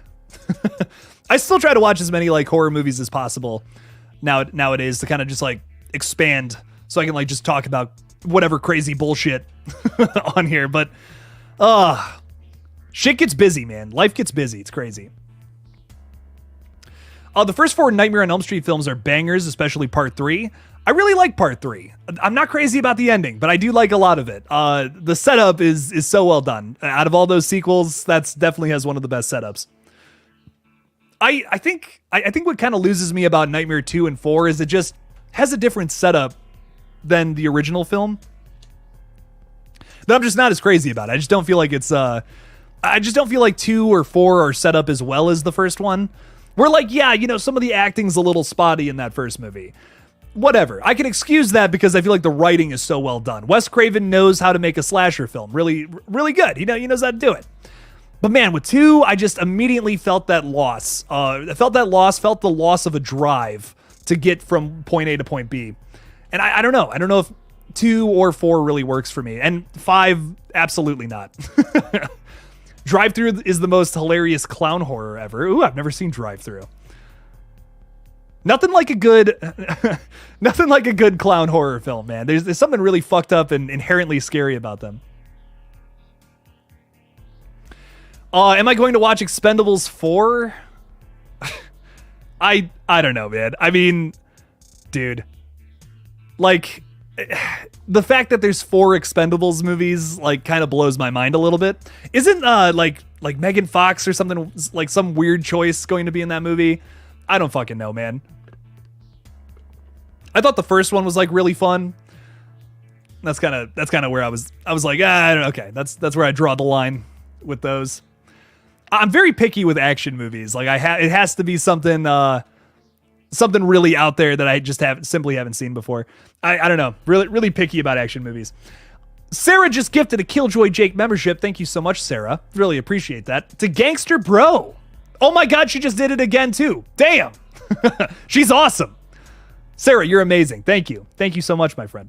Shay Rance has just become a member as well. Well, enjoy the Kool-Aid, my friends. Look, this is a little bit of it. I'm drinking it right now myself.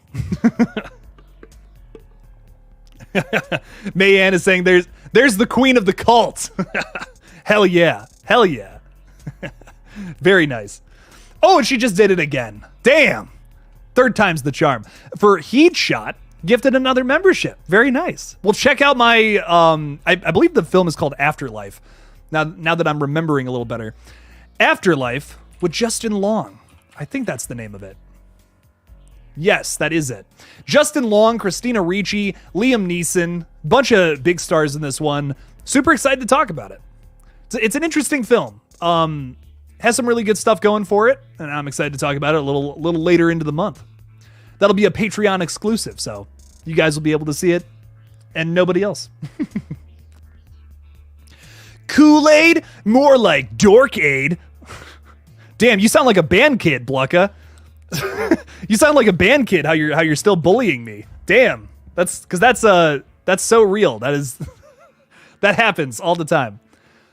I feel so bad if like there's someone out there who's like, I'm currently getting bullied by band kids and I'm just like being a fucking asshole up here. I'm so sorry. Like if that is happening to you, I'm terribly sorry. Just in my experience with high school It's like, it's such a weird choice. Every time I look at Halloween Ends, I'm like, why?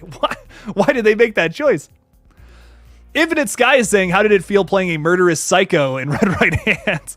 Oh, it's fucking awesome. It was a blast. I love playing villains, and Jamie was one that honestly disgusted me playing him at times. There was multiple takes of that where I had to apologize to Maya Krieger, who played Drew, and just be like, I'm so sorry. Like, I'm so sorry I have to say this to you. And she's like, it's all good. It's fine. Like, don't worry about it. And I would, like, I just gave him the worst dialogue ever. Like, just what would like a film bro who thinks his farts don't smell, what would he say if he was a killer? Like, basically was all the was the impetus behind that one. But man, he was an asshole. So glad I don't have to play him anymore, but it was fun. Can't say it wasn't fun. Jason has been a member for 7 months. Thank you so much, my friend. I really appreciate that. Using it to do something really positive here too. Let's all hope for Cody Leach's speedy recovery. Absolutely. I hope he's doing okay. I heard he posted something about being in the hospital or whatever, so hoping he's doing better. That really is a shame. Really is upsetting. So hopefully he's doing good. Gaz, what's up, Gaz? How's it going? Gaz Hearsome, what's up, my friend? Welcome to the stream. I hope I didn't just butcher that name, but I'm pretty bad at that. I'm so sorry. Saying, are you looking forward to the new Strangers movie coming next year? The original was fire. Yeah, absolutely. I fucking loved both of them like so much.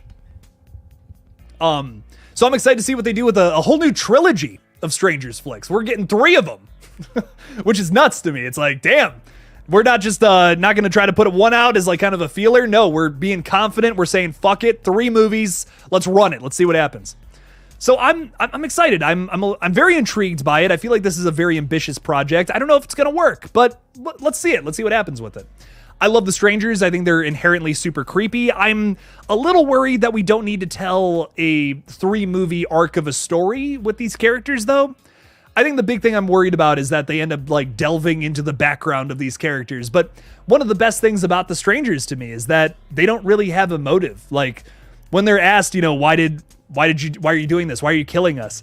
Because you were home.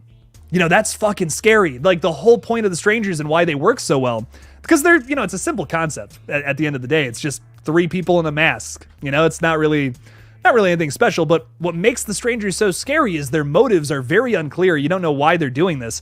I hope we don't get a whole trilogy of movies going into why they are this way, because that kind of defeats the point of why they're so scary.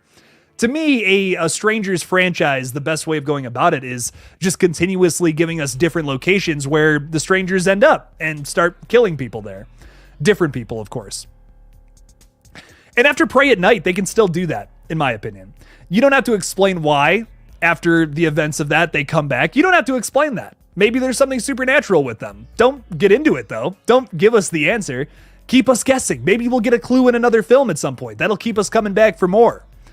I just don't like when movies, when the sole purpose of them existing is to explain everything that's going on, especially in horror, because like horror is supposed to be mysterious and unknown. That's where the horror comes from. What's the scariest thing about life? We have no idea what's going to happen tomorrow. I mean, at any point, this house could crumble that I'm currently in and I could fucking die. And that's scary. But if I knew exactly when this room in particular was going to break down and crush me into a bunch of tiny bits, it wouldn't really be as scary because I would just, you know, not be here. I would just choose to not be in this room when that happened. But anytime that could fucking happen. An earthquake could hit like right now and I could just, it could be over. I don't know. So to me, the unknown is the most important element to what makes something scary. I hope they don't ruin that. I really hope they don't. Robert is saying, Jake, what critically acclaimed horror movie did you just not rate? Like, that I just didn't like or like didn't want to talk about? Is that kind of what you're talking about? I'm trying to think like what's a critically acclaimed horror movie I'm just not crazy about. I'm trying to think of like something critically acclaimed because I'm not a big fan of the Critters franchise. I don't know if I could say that's critically acclaimed. Like, is that, you know, is that a 10 out of 10 horror movie in critics' eyes? I don't think so. Oh man, that's really tough to say because a lot of a lot of Wes Craven's earlier stuff I remember I wasn't like crazy about, but it's growing on me a little more as I watch it. So I don't know if I necessarily hate it. Man, that's really tough. I wasn't crazy about Sick from earlier this year, and I know a lot of people really liked that one. That was a big miss for me. Was not a big fan of that one at all. A lot of people seem to like it though.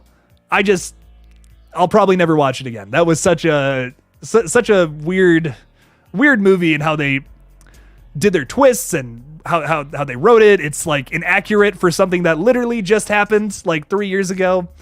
It's a bit frustrating in my opinion. Was not crazy about that one. I mean, was Halloween Ends critically acclaimed? I don't know, but a lot of people seem to like it. I feel like that's more of like an underground though. That's like there's a minority of people that really love that one. So I don't know. Off the top of my head, just there's okay, how about The Orphanage? I was not crazy about The Orphanage. That's a huge like Spanish horror movie, I believe.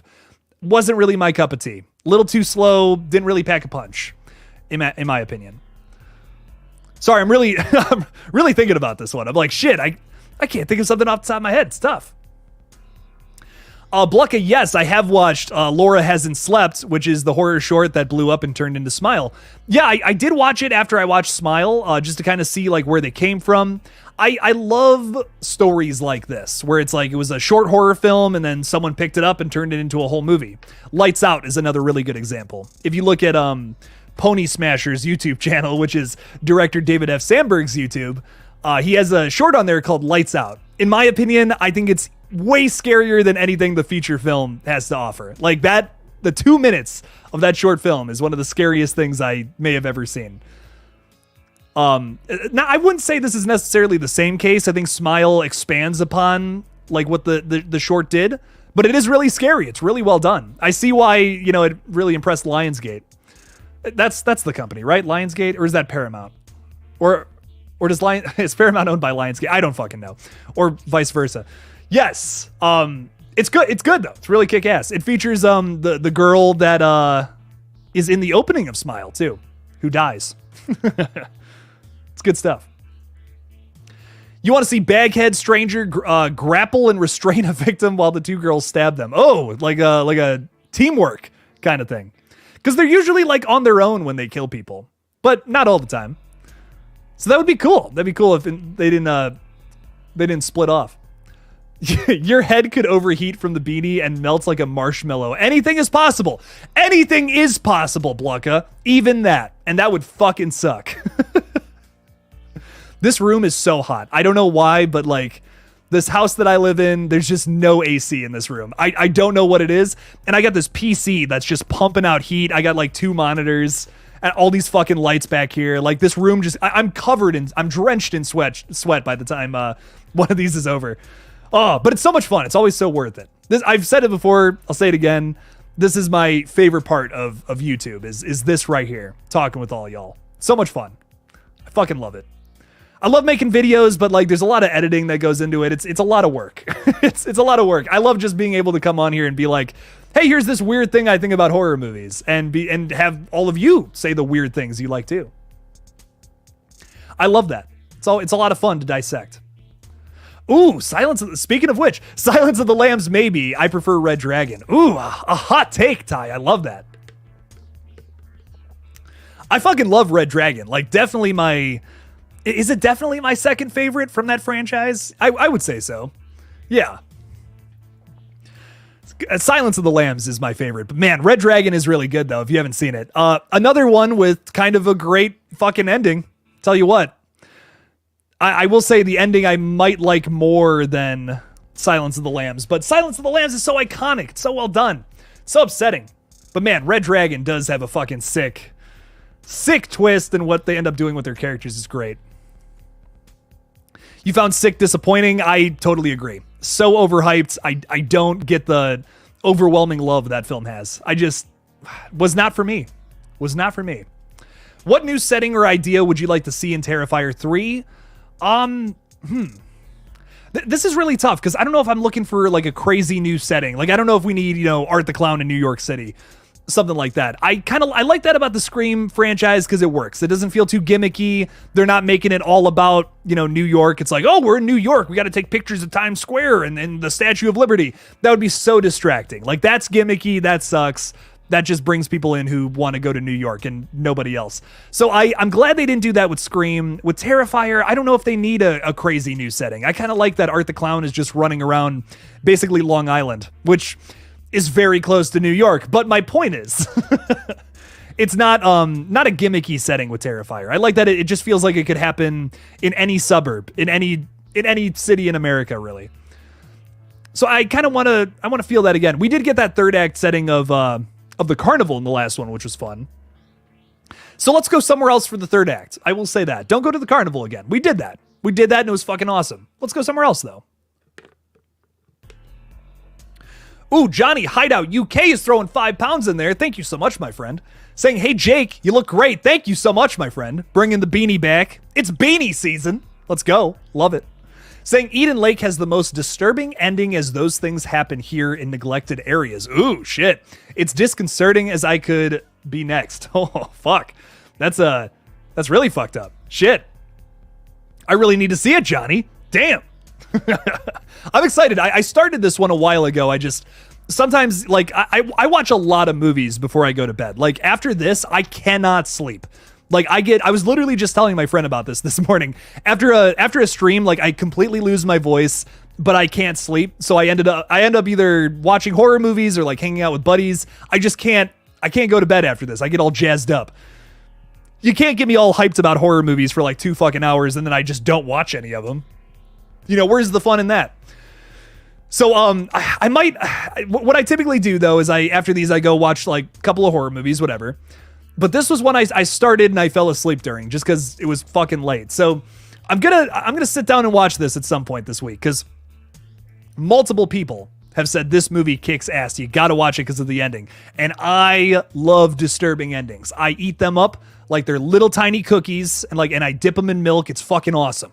That was a weird analogy, but I'm gonna watch this one at some point. Very nice stuff. I dig it, Johnny. Thank you so much for the support too, my friend. Johnny's always coming in here, throwing a super chat out. Really means the world. You guys are the best. Thank you for the support in these trying times for movie talking folks. Robert Murphy is saying, Jake, first time on your channel and really digging it. Thank you, Robert. Can I ask, would you like to see more additions to the Resident Evil franchise? Fuck yes! Oh, I fucking love Resident Evil. Oh, and technically a new movie was announced recently. So they are going to do more with that. I want them to make something similar, but not the same. Because I know I'll get people in the comments saying, what the fuck, Jake? That movie was kind of trash. I want them to do something similar to Resident Evil Welcome to Raccoon City that came out in 2021. That was almost the best Resident Evil movie. Almost. So close. If that had a higher budget, that would have been a fucking banger. But what they need to do is they need to give us Raccoon City or like do a story set just in Raccoon City or just do the Spencer Mansion story. That's it. That's all they need to do. They tried to do both of those at the same time in Welcome to Raccoon City, and it kind of bogged the storyline down. It kind of made it feel like this globe-trotting plot, which technically it's not, but it just felt like the location had to change in every single scene to progress the plot. You don't have to do that for a good horror movie. And this movie felt very like Hollywood for that reason. I was hoping with that movie, they would have just focused on either the Resident Evil 2 story or the Resident Evil 1 story. That's what they should do a trilogy, man. They should do like a trilogy of Resident Evil films. Do the first movie, maybe elements of 0, do 2 and 3 at the same time as an A and a B plot with, Jill getting chased after Nemesis. Do that with one plot. And then do the whole thing with like Claire and fucking Leon. I don't know why I can't remember their names. Do that as the A plot. Have them together though. Just make a little change. Just a little tiny change. It wouldn't be anything too crazy. It would break the entire story of Resident Evil 2, but it would work better as an A and a B plot, in my opinion, with those two games. And then do like the 4 and the 5 story at the same time for your third entry. And that caps it off, technically. You could end it with how 5 ends if you've played that game. Sorry, I am such a big Resident Evil nerd, and I've always wanted a good like trilogy of those movies. I just feel like those movies have always gotten it wrong, but we're getting close. Robert. We're getting close, and that's what matters. With ignoring fuck, can't remember, Paul W.S. Anderson films. Ignoring those, I feel like we're in a step in the right direction currently with Resident Evil movies, but we'll see. We'll see what ends up happening with that. I hope they just do that as a trilogy. That would be perfect, but who fucking knows? Who knows what they're gonna do? Sarah Campbell's throwing $2 out there. Thank you so much, my friend. I really appreciate that. Saying still petitioning for the fourth kind. You know what, Sarah? That's on me. That's on me for not watching that. I had this whole weekend. I'm not gonna lie. I was Jake's going through some shit right now. That's all I'm gonna tell you guys. Don't like to get into personal shit, but watched a lot of my favorite movies again, and I tried to watch some new stuff too. And I ended up just going down a rabbit hole on Tubi and just watching a bunch of weird shit I'd never seen before, but like I was interested in. And I didn't even think about this, Sarah. I'm like gonna give myself some lashes tonight because of it. I'm kidding. But the fourth kind, no, I gotta watch this one. Hell yes. I'm writing it down right here because I'm gonna try to watch that. And Eden Lake. Eden Lake, baby. Eden Lake, fourth kind, watching them all, making it happen. I love it. Sarah, thank you so much for the $2 Canadian. You're the best as always. And I'm slowly scratching away at the poster over here. Slowly scratching away. I'm getting through all of them. I'll send you some progress soon. Scream Fan is saying, what's your advice for filming while I film my movie? Like, how do you do blood sprays and getting good shots of kills? Oh, man. I mean, I'm a novice when it comes to filmmaking. I'm just gonna be real with you, man. I know some things, I guess, you know. But what I would recommend is that if you need any advice on how to shoot something, like how do I do cinematography? How do I do this well? Look up Film Riot. Like I would watch a lot of Film Riot in terms of like technique and like things to do behind the camera.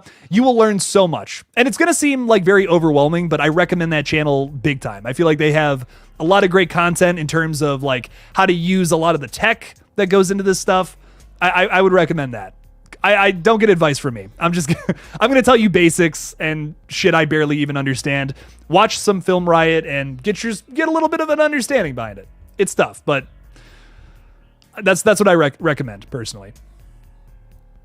Jason Rushman is with us tonight. What's up, Jason? How's it going, my friend? Welcome. Gonna go watch it now. Nice. Hell yeah. Enjoy. Get some good tips over there, my friend. Noah Atkinson is saying Scream 7 with a tropical setting in Miami, Florida. That would be fun. That would be a lot of fun. Would love that. Robert is saying, yes, Jake, exactly. That's what the fans want. Why haven't they figured that out yet? Robert, I don't know, man. It's so frustrating to me. It's like Resident Evil could be so good. It could be such a good zombie franchise, and it's just not. It's unfortunate. What's your favorite Body Snatchers type story/film? Ooh, it's a really good question. I love the idea of like assimilation horror. I think that's so scary. What was I just watching the other day, actually? I fucking love The World's End, which is kind of that. Yeah, no, it totally is that. I don't know if that's my favorite necessarily, but that's the most recent example off the top of my head. I really love The World's End. That is such a fun, dumb movie that you can just put on and enjoy. But even then, it has a lot to say. And it has very relatable characters. The older I get, the more I relate to Simon Pegg's character in that one. I also love that him and Nick Frost kind of play reverse roles than what they're used to. Like, if you look back at the rest of the Three Flavors Cornetto trilogy, or whatever the fuck they call it, like, Simon Pegg's usually playing, like, the main character who is a little more sophisticated, a little, like, has his shit together a little more than Nick Frost's character. But then in World's End, they totally swap places, which I thought was, like, really cool. It's like, oh, shit, okay, Simon Pegg is the one who does not have his shit together at all, and he's the lead. I thought that was fascinating. I'm like, ooh, that's really fun. It's really different versus what they did in the past. I will say, I think Hot Fuzz and Shaun of the Dead are way better than World's End, but I still really like it. I don't know why that's the one that came to mind. Probably because I just went through that trilogy again. But man, that movie's so much fun. It gets shit on a lot, but it's not bad, dude. It's not bad at all. The World's End is good times. It is, man. Good story about letting go of the past and moving on with your life. Yes, absolutely. It's a tough thing to do sometimes. And I feel like that movie hits on that, like, in a way too weirdly realistic way. Like, all those movies are so good because they take something so scary, like if it's a zombie apocalypse, if it's an entire town that's killing members because they want to be the best community in all of England, or if it's The World's End, which is about the world's end. They take these scary concepts like that and they make it all about human stories. And it's fucking genius the way Edgar Wright does all three of those movies. I love it. The humor is so, like, sarcastic. I would even go so far as to say it's, like, sardonic. It's fucking great. I don't know. I love all three of those movies. Chip Vallow. What's up, Chip? How's it going, my friend? Saying, what are you dressing up as this Halloween? I want to do something weird this year. I think I just did, like, Ghostface last year, and, like, I was Michael the year before. I want to do something weird. So I'm gonna go as Valak. I want to go as the nun. I want to get, like, the whole get up, the whole damn thing, get, like, do the, what is it, like the gray face paint or whatever, and, like, do the black around my eyes. I want to do something just, like, really different, something really different and weird. So Valak, the nun. From The Nun 2, the best horror movie of the year. I don't know. I thought that would be really funny. I'm trying to think, like, I want to do, like, something poignant from this year. And that's kind of that was, like, the first thing that came to mind. That would just be really, really odd and funny, I think. So I think I'm going to go as Valak. Why not? Demon nuns, always a good time. Kind of like a Derek in a sense. Sydney didn't kill him, but Mickey made... I don't know what you're talking about, my friend. Oh, shit. We were just talking about so many things. I was not expecting the nun. Wouldn't that be so... Like, could you imagine, like, KillJoy Jake throws up a stream, and I'm in full nun gear. Like, that would be so funny. Like, that's what I'm thinking about. I'm like, that would be great. We're in the late stages of the stream, by the way, so it's going to get weird with the conversation. I apologize, but... that would be awesome. that would be so much fun, I think. I just want to do a really fun costume that's, like, a lot of makeup, but also not, like, too much makeup to the point where it's like, dude, what the fuck, So I'm thinking that's what my Halloween stream costume is going to be. The goat in The Nun 2, I could do the goat. That would be fun. Yeah, the goat in The Nun 2 was fun. It was a fun little thing. That was something I did not put in my Nun review that I think I probably should have. I didn't talk about this, and the more I think about The Nun 2, this is something I really wanted to harp on, and I didn't put it in my review. Something I wanted to touch on, though, with The Nun 2 is I just feel like every Conjuring movie has tried to copy the same formula as the original Conjuring, where it's like, hey, here's this main antagonist that you're familiar with the whole time, if it's the nun, if it's Bathsheba, if it's Annabelle, whatever. And then there's always, like, a secondary antagonist that they set up for an entire, like, scare sequence. Like the Scarecrow in Annabelle Creation, the goat, in that one. I don't know if that works every single time, but, like, the Scarecrow and Annabelle, which is technically your secondary antagonist in the first Conjuring, those are really good sequences. Those are really scary, but every movie has tried to do that in the Conjuring franchise, pretty much. That I think. I think every movie has tried to do that. Conjuring 3, I need to rewatch, though. That one I need to do a rewatch to remember all that. But I don't know if I'm crazy about that. I think it works so well in those two movies. I don't know if I don't know if I'm crazy about it, like, especially in The Nun. Like, they have, like, the creepy boy character that's coming after the fucking priest or whatever. I don't know. I'm like, I don't know if that works for me in every single movie, but I do appreciate it. I'm like, okay, I appreciate you guys trying to do more than just, typical jump scare. It's like, here's set up for a whole nother antagonist. It kind of makes it stand apart. I get it. I get why they try to do that. Sometimes I feel like I'm just not crazy about it. Legion has been a member for 6 months. Thank you so much, Legion, dude. Hell yeah, dude. Happy 6 months. Thank you, my friend. Thank you. Oh, shit. That's awesome. Legion, I haven't seen you in a while, dude. Thanks for being here. Appreciate you. Oh, you're doing a full wedding Lydia Dietz? Nice. You just bought the red dress? Oh, that's fucking sick. Nice. That's gonna be awesome. Got Beetlejuice 2 coming up in October of next year too, so that's perfect. Very nice. Legion's throwing $5 out there as well. Thank you so much, Legion. I appreciate it, dude. Out of Michael, Jason, Leatherface, Pinhead, who do you think would be in a battle royale to the death? Oh, so like all these 4 people are fighting each other. Who wins it? So Pinhead has like magical chains that can come out of another dimension and just rip people apart. That to me is pretty OP. You know, like, can he do that at will? I mean, I've seen him do it before. I've seen him do it before. That's pretty OP. But Leatherface is pretty quick. He's pretty quick on his feet. He's got a chainsaw. He could deflect. You know, he could kind of like get the chains out of the way and get a hit on Pinhead. Here's the other thing too with Pinhead. I don't know if you can just like necessarily kill the guy. You know, you kind of got to do the puzzle box and all that shit. I feel like Leatherface and Jason just would not win that. They're too dumb. They're sweet little boys. You know, they're sweet boys, but they're not the sharpest tools in the shed. Let's just say that. So I don't think those two are beating Pinhead. He's got them by the intellect, I think. And I would say all 3 of these characters are just as powerful. Michael, though, Michael's pretty intelligent. Michael is much more. I think the big difference between Michael and Jason is their intelligence. So that's why I'm on the fence about Michael versus Pinhead.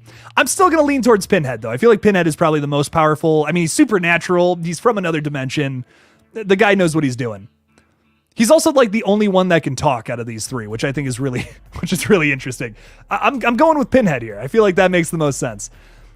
But I think Michael and Pinhead would have a fight. You know, they would go at it for a bit. It would probably come down to them, but Michael would ultimately lose. But good question, Legion. Shit, that really made me think. I'm like, shit, well, could Michael beat him? I don't know.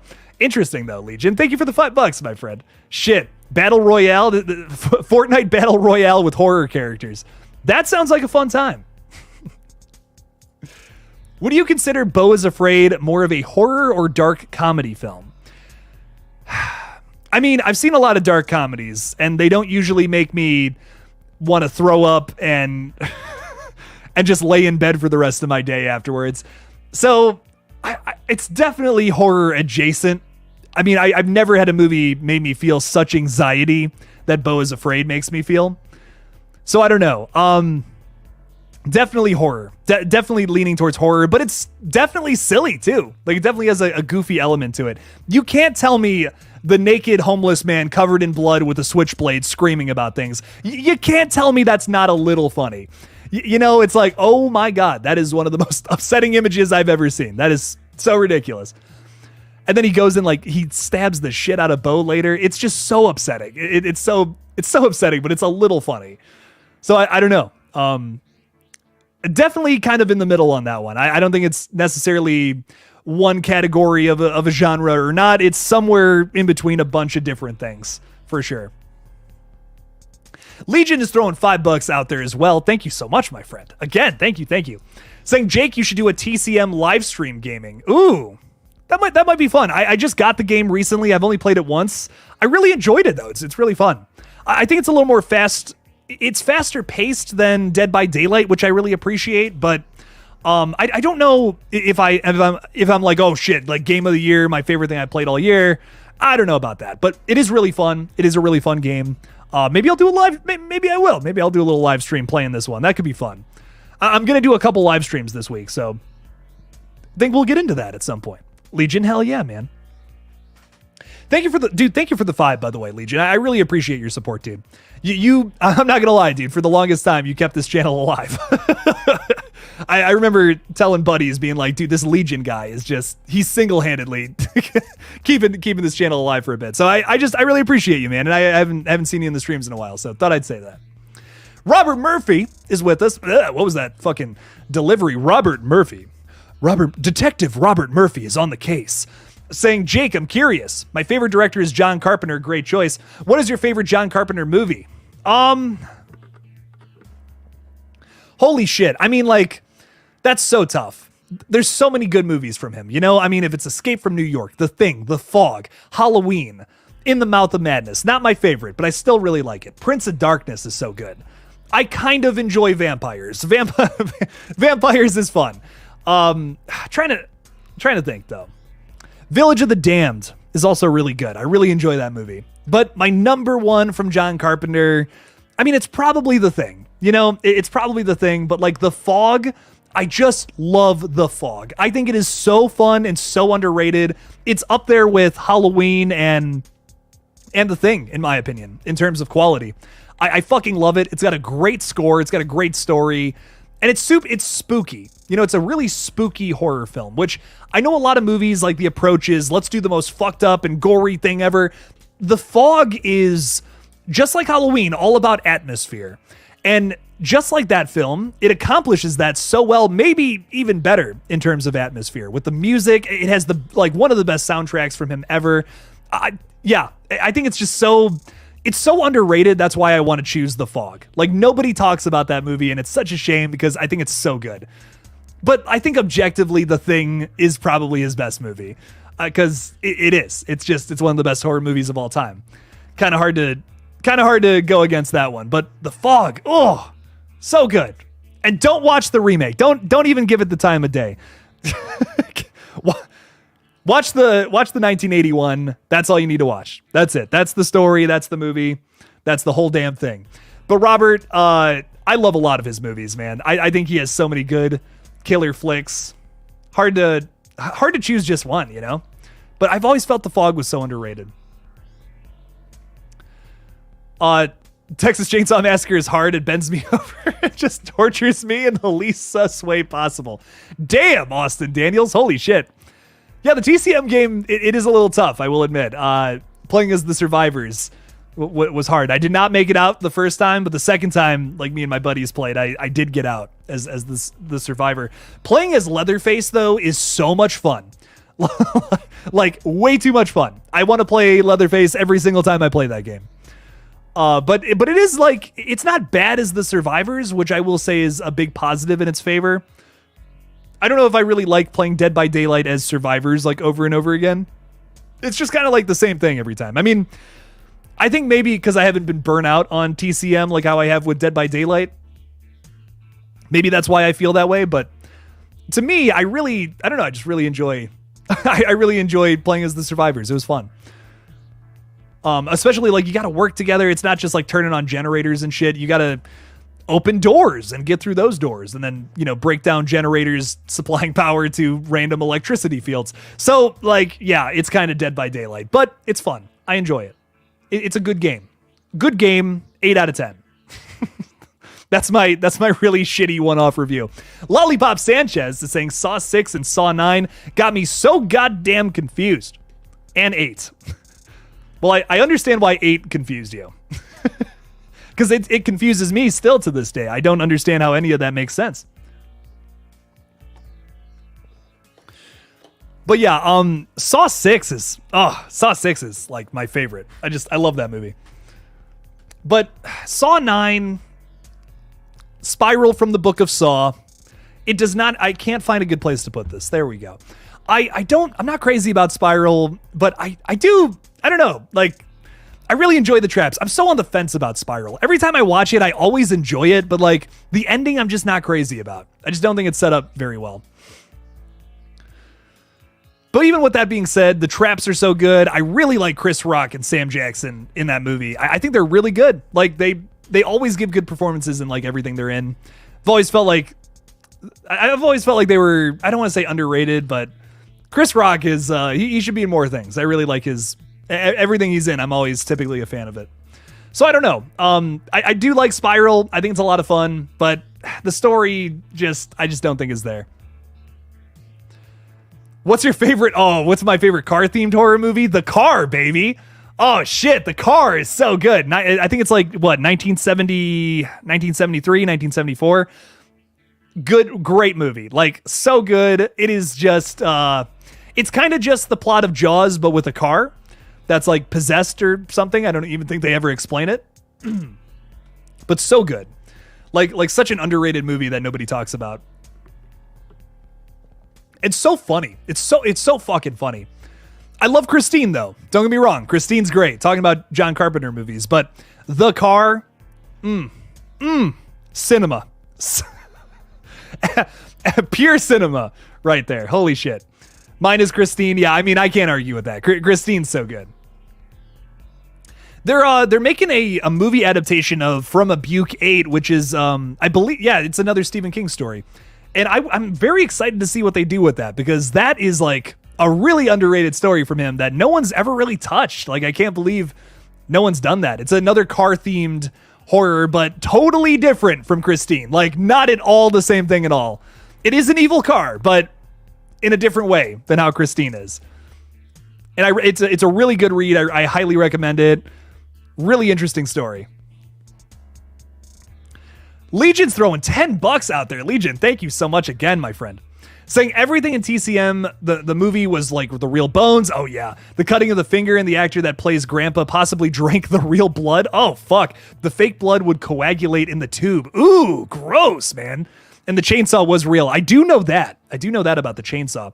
And apparently, I don't know if this is true, but apparently they used the same chainsaw from the original Texas Chainsaw that they did in Texas Chainsaw 2022. I don't think that's true. That just seems like very far-fetched to me. That's a 50-year-old movie, pretty much. You're telling me they used the same fucking chainsaw? What? I don't know. I don't know about that. But still cool nonetheless. And I do love that attention to detail in that original Texas Chainsaw. I feel like, a lot of people love the 2003 one for being so gritty, but to me, the 1974 movie is easily like the grittiest of the whole franchise. Is that a word? Grittiest? I love grits. Love me some grits. You guys ever have grits with breakfast? An acquired taste, not my favorite thing, but it's there. Anyway, staying on track, my ADHD will not let me stay on track here. Texas Chainsaw Massacre. I just feel like I love that 2003 movie so much. I totally get why it's like some people's favorites, but that 1974 film, it just feels like I'm not supposed to be watching it. Like, it feels off. It feels like a real snuff film that I'm watching, and that's what's so upsetting about it. In the way that it's shot, how the characters act with each other. I know a lot of people have said, oh man, the acting's so bad in this, but to me, it just feels like very candid moments with real teenagers in that time period, but I don't know. It's not for everybody either. It's a weird movie. It is. It's considered a horror classic, but I think it's a weird movie. It's a weird one. It's very artsy too. I think some people go into Texas Chainsaw Massacre expecting like a straight up slasher, but it's much more of like this art house film. More akin to something like an A24 flick nowadays. And I think that's why some people aren't crazy about it. But to me, I don't know. I just think it's masterful. It's one of the best horror movies ever made. Super creepy. And it's one of the weirdest franchises in horror history, too. Like, it goes all over the place in terms of, like, tone and quality. Some movies are unwatchable. Some movies are just a goofy goofball fest. Like, it's like, what? TCM 2 is fucking hilarious. Texas Chainsaw Massacre: The Next Generation is unintentionally hilarious. And I don't know, man. And then the remakes are so well done. They're like modern, much more modern horror, but still very scary and fucking well done. The performances from Arlie Ermy in both of those movies are like a 10 out of 10. He makes those films. It's the weirdest franchise ever, but I love it. Oh, so gross and so brutal. It's great, man. And I love this attention to detail. Seriously. Something that is very important, a big staple in horror history for sure. Fucking love that original movie. That might be one I watch again soon, because I haven't seen that. I haven't seen that in a minute, man. I got to go through that franchise again. Ever since Texas Chainsaw 2022 came out, I kind of got burnt out on it. Went through all of those movies again in lead up and anticipation to that one. And I had to skip some, man. Like, Texas Chainsaw Massacre 3, I just can't get through. Like, I watched it one time, and I'm like, that was so boring. Like, I really wanted to like that. But man, besides the golden chainsaw, the rest of that movie is kind of a skip for me, man. But Next Generation is so goofy and so dumb. 2 is so, like, silly and ridiculous, but features great characters. The remakes are so good. And the 2022 one, I don't hate it. It's actually a lot of fun. I don't know. A lot of people hate that one, and I get it. The story's not much to write home about. Neither are the characters, but the kills are like some of the franchise best, in my opinion. Fuck. TCM 2022, man. Give me a physical release of that one. I will buy that immediately. That needs to be on my shelf. I would buy that one in a heartbeat. But Legion, thank you so much for the $10, my friend. And yes, I love the attention to detail in that movie. Despite, I don't care how low budget it is. It's great. Mr. Rick is saying, I totally forgot to bring this up on the podcast, but what is your thoughts of Angelina being behind everything in Scream 7? So, like, with Angelina, I just feel like this is a callback to a movie that was not received well. No matter what your thoughts are on Scream 3, I just, from a producer's standpoint, I just don't feel like this is something that would even get through the writing phase, personally. I would, like, as a Scream fan, I would fucking love this. Like, Angelina, I think, would be a really cool killer to focus on and say, like, oh, she's still alive. She was, originally intended to be Roman's partner. That's cool. That's fun. I get that. But I don't know. I don't think that would work today. Like, if we're talking about, let's say, a Scream 4 that's going to come out in like 2002, okay, that could work. There could be some potential there. Scream 3 made a lot of money. Nowadays, a lot of people aren't crazy about it. Some people are, not saying everybody fucking hates it, but and I'm not even saying people fucking hate it, but I'm also saying that I think most people would regard it as like their least favorite Scream film. So would a producer, would a big studio, would they approve of this? I just don't think so. Trust me, I would love it as a huge Scream fan. I just don't know if this is something that would end up like actually flying or end up actually happening. Even though, as a big Scream fan, I think that would be a lot of fun. Ooh, and Wayne's throwing something really interesting out there too that I didn't even think about. Emily Mortimer is too busy in UK TV. What's she doing in the UK? That's really interesting. I don't know anything about this. She's from the UK. Oh, I didn't even know that. No way. Emily Mortimer. She's from the UK. And she's on TV there now. That's interesting. Okay. Very cool. Very cool. Very cool. Yeah, that was she's a great character. The more I watch Scream 3, the more I love her character in that film. I think she's like one of the better developed characters in that movie. And it's very sad too. It's very sad what ends up happening to her. I'm curious what she's up to nowadays. Hope she's doing good. I hope all the Scream alums are doing good. We know Mr. Matthew Lillard is, though. He's going to be in Five Nights at Freddy's later this year. It's exciting. Exciting stuff. Legion's also throwing $5 out there. Thank you again, my friend. To mirror Scream 3, do you think Scream 7 will have a single killer and a birthday background ending drop? Ooh. Gotta scratch my chinny chin here on this one. Fuck, man. I kind of want the single killer, especially after doing 2 killers, a family of killers. Now let's do 1. Let's see what ends up happening with that. I'm on the fence about it, though. It's one of those things where I feel like this could totally work if we do a single killer, but I need something for them to differentiate themselves from Roman. Like, there's been a lot of talk recently about having a returning character end up going Ghostface in this next movie. Would it be a single person? Would it just be one person? They're not teamed up with anybody else, any other returning characters, no other new characters. That could be fun. That could be a lot of fun. It would make for... The issue with it, though, is you'd have to do a simpler movie, because something that Scream 5 and Scream 6 relied on heavily was having multiple killers. The fact that, it wouldn't have worked. Scream 6 would not have worked if there wasn't 3 killers with how they have it set up. They would kind of have to change the whole thing if there wasn't 3 killers, when you really think about it. So, to me, I think this could work if we're in like a smaller setting. We only have like one person die like at a time, when they get separated from the group or something like that. It really depends on the setup, because I think it could work. But like, there are moments in Scream 3, if you watch it back, where it just doesn't make sense for there to be one killer. Like, somehow Ghostface gets upstairs, even though we were at the bottom of the stairs the whole time. How did Ghostface get from point A to point B? How did that happen? Unless there was 2 killers. So the spatial logic is something you really got to think about if there's only going to be one person. So that's going to be tough. That might be, you got to ask the question, is that shooting yourself in the foot if you don't have 2 killers? Because you can't play those crazy tricks that you were able to do in all the other Scream movies.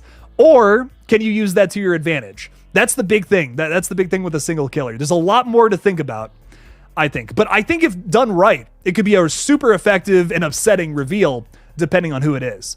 So I would say absolutely yes to the single killer if they can pull that off.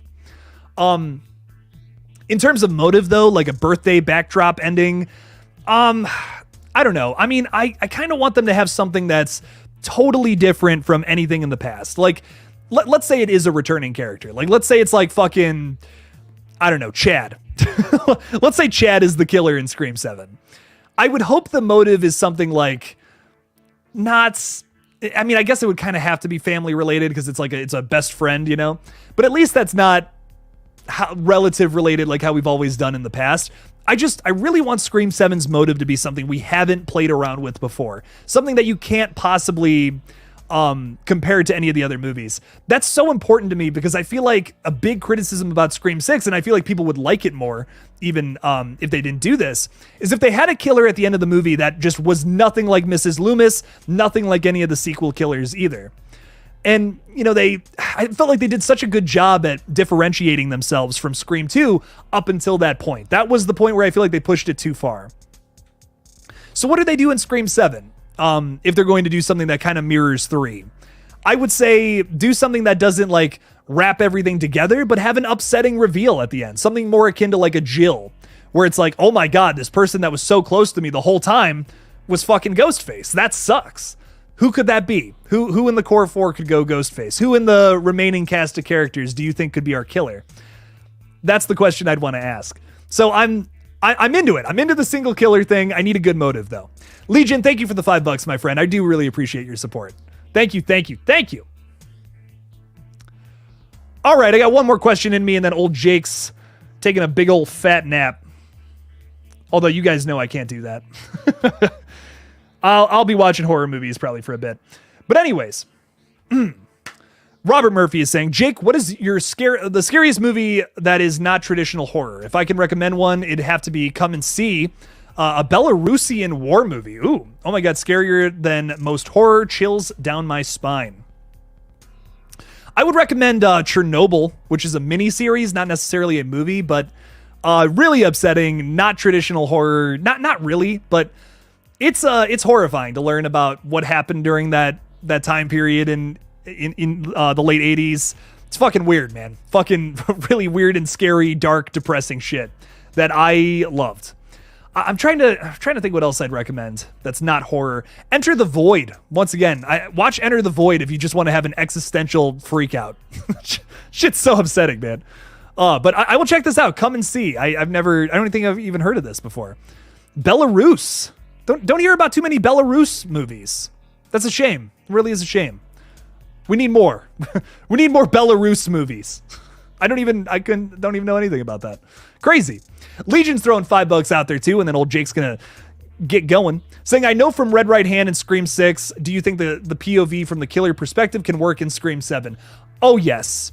Oh yes. And they've already set it up too. Like I'm leaning towards this probably isn't going to happen, but if they do a whole movie from the perspective of Sam being Ghostface, like it's revealed from the get-go, she's our killer this time around. She's going after other Ghostfaces all around the globe that are Richie followers, trying to follow in his footsteps.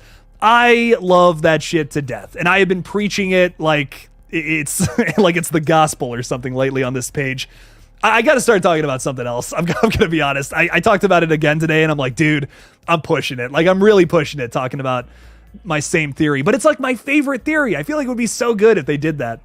It would be so fitting because they've set it up throughout the last two films. It's not like, Halloween Ends where it's just like, bam, here's this random other thing that we're just going to focus on. It wouldn't be random. It's been set up through the last two films. Even if you don't like it, you have to admit it's good storytelling for a trilogy. So I don't know. I really want that to be the case. To me, I can't really see anything being better than that in Scream 7.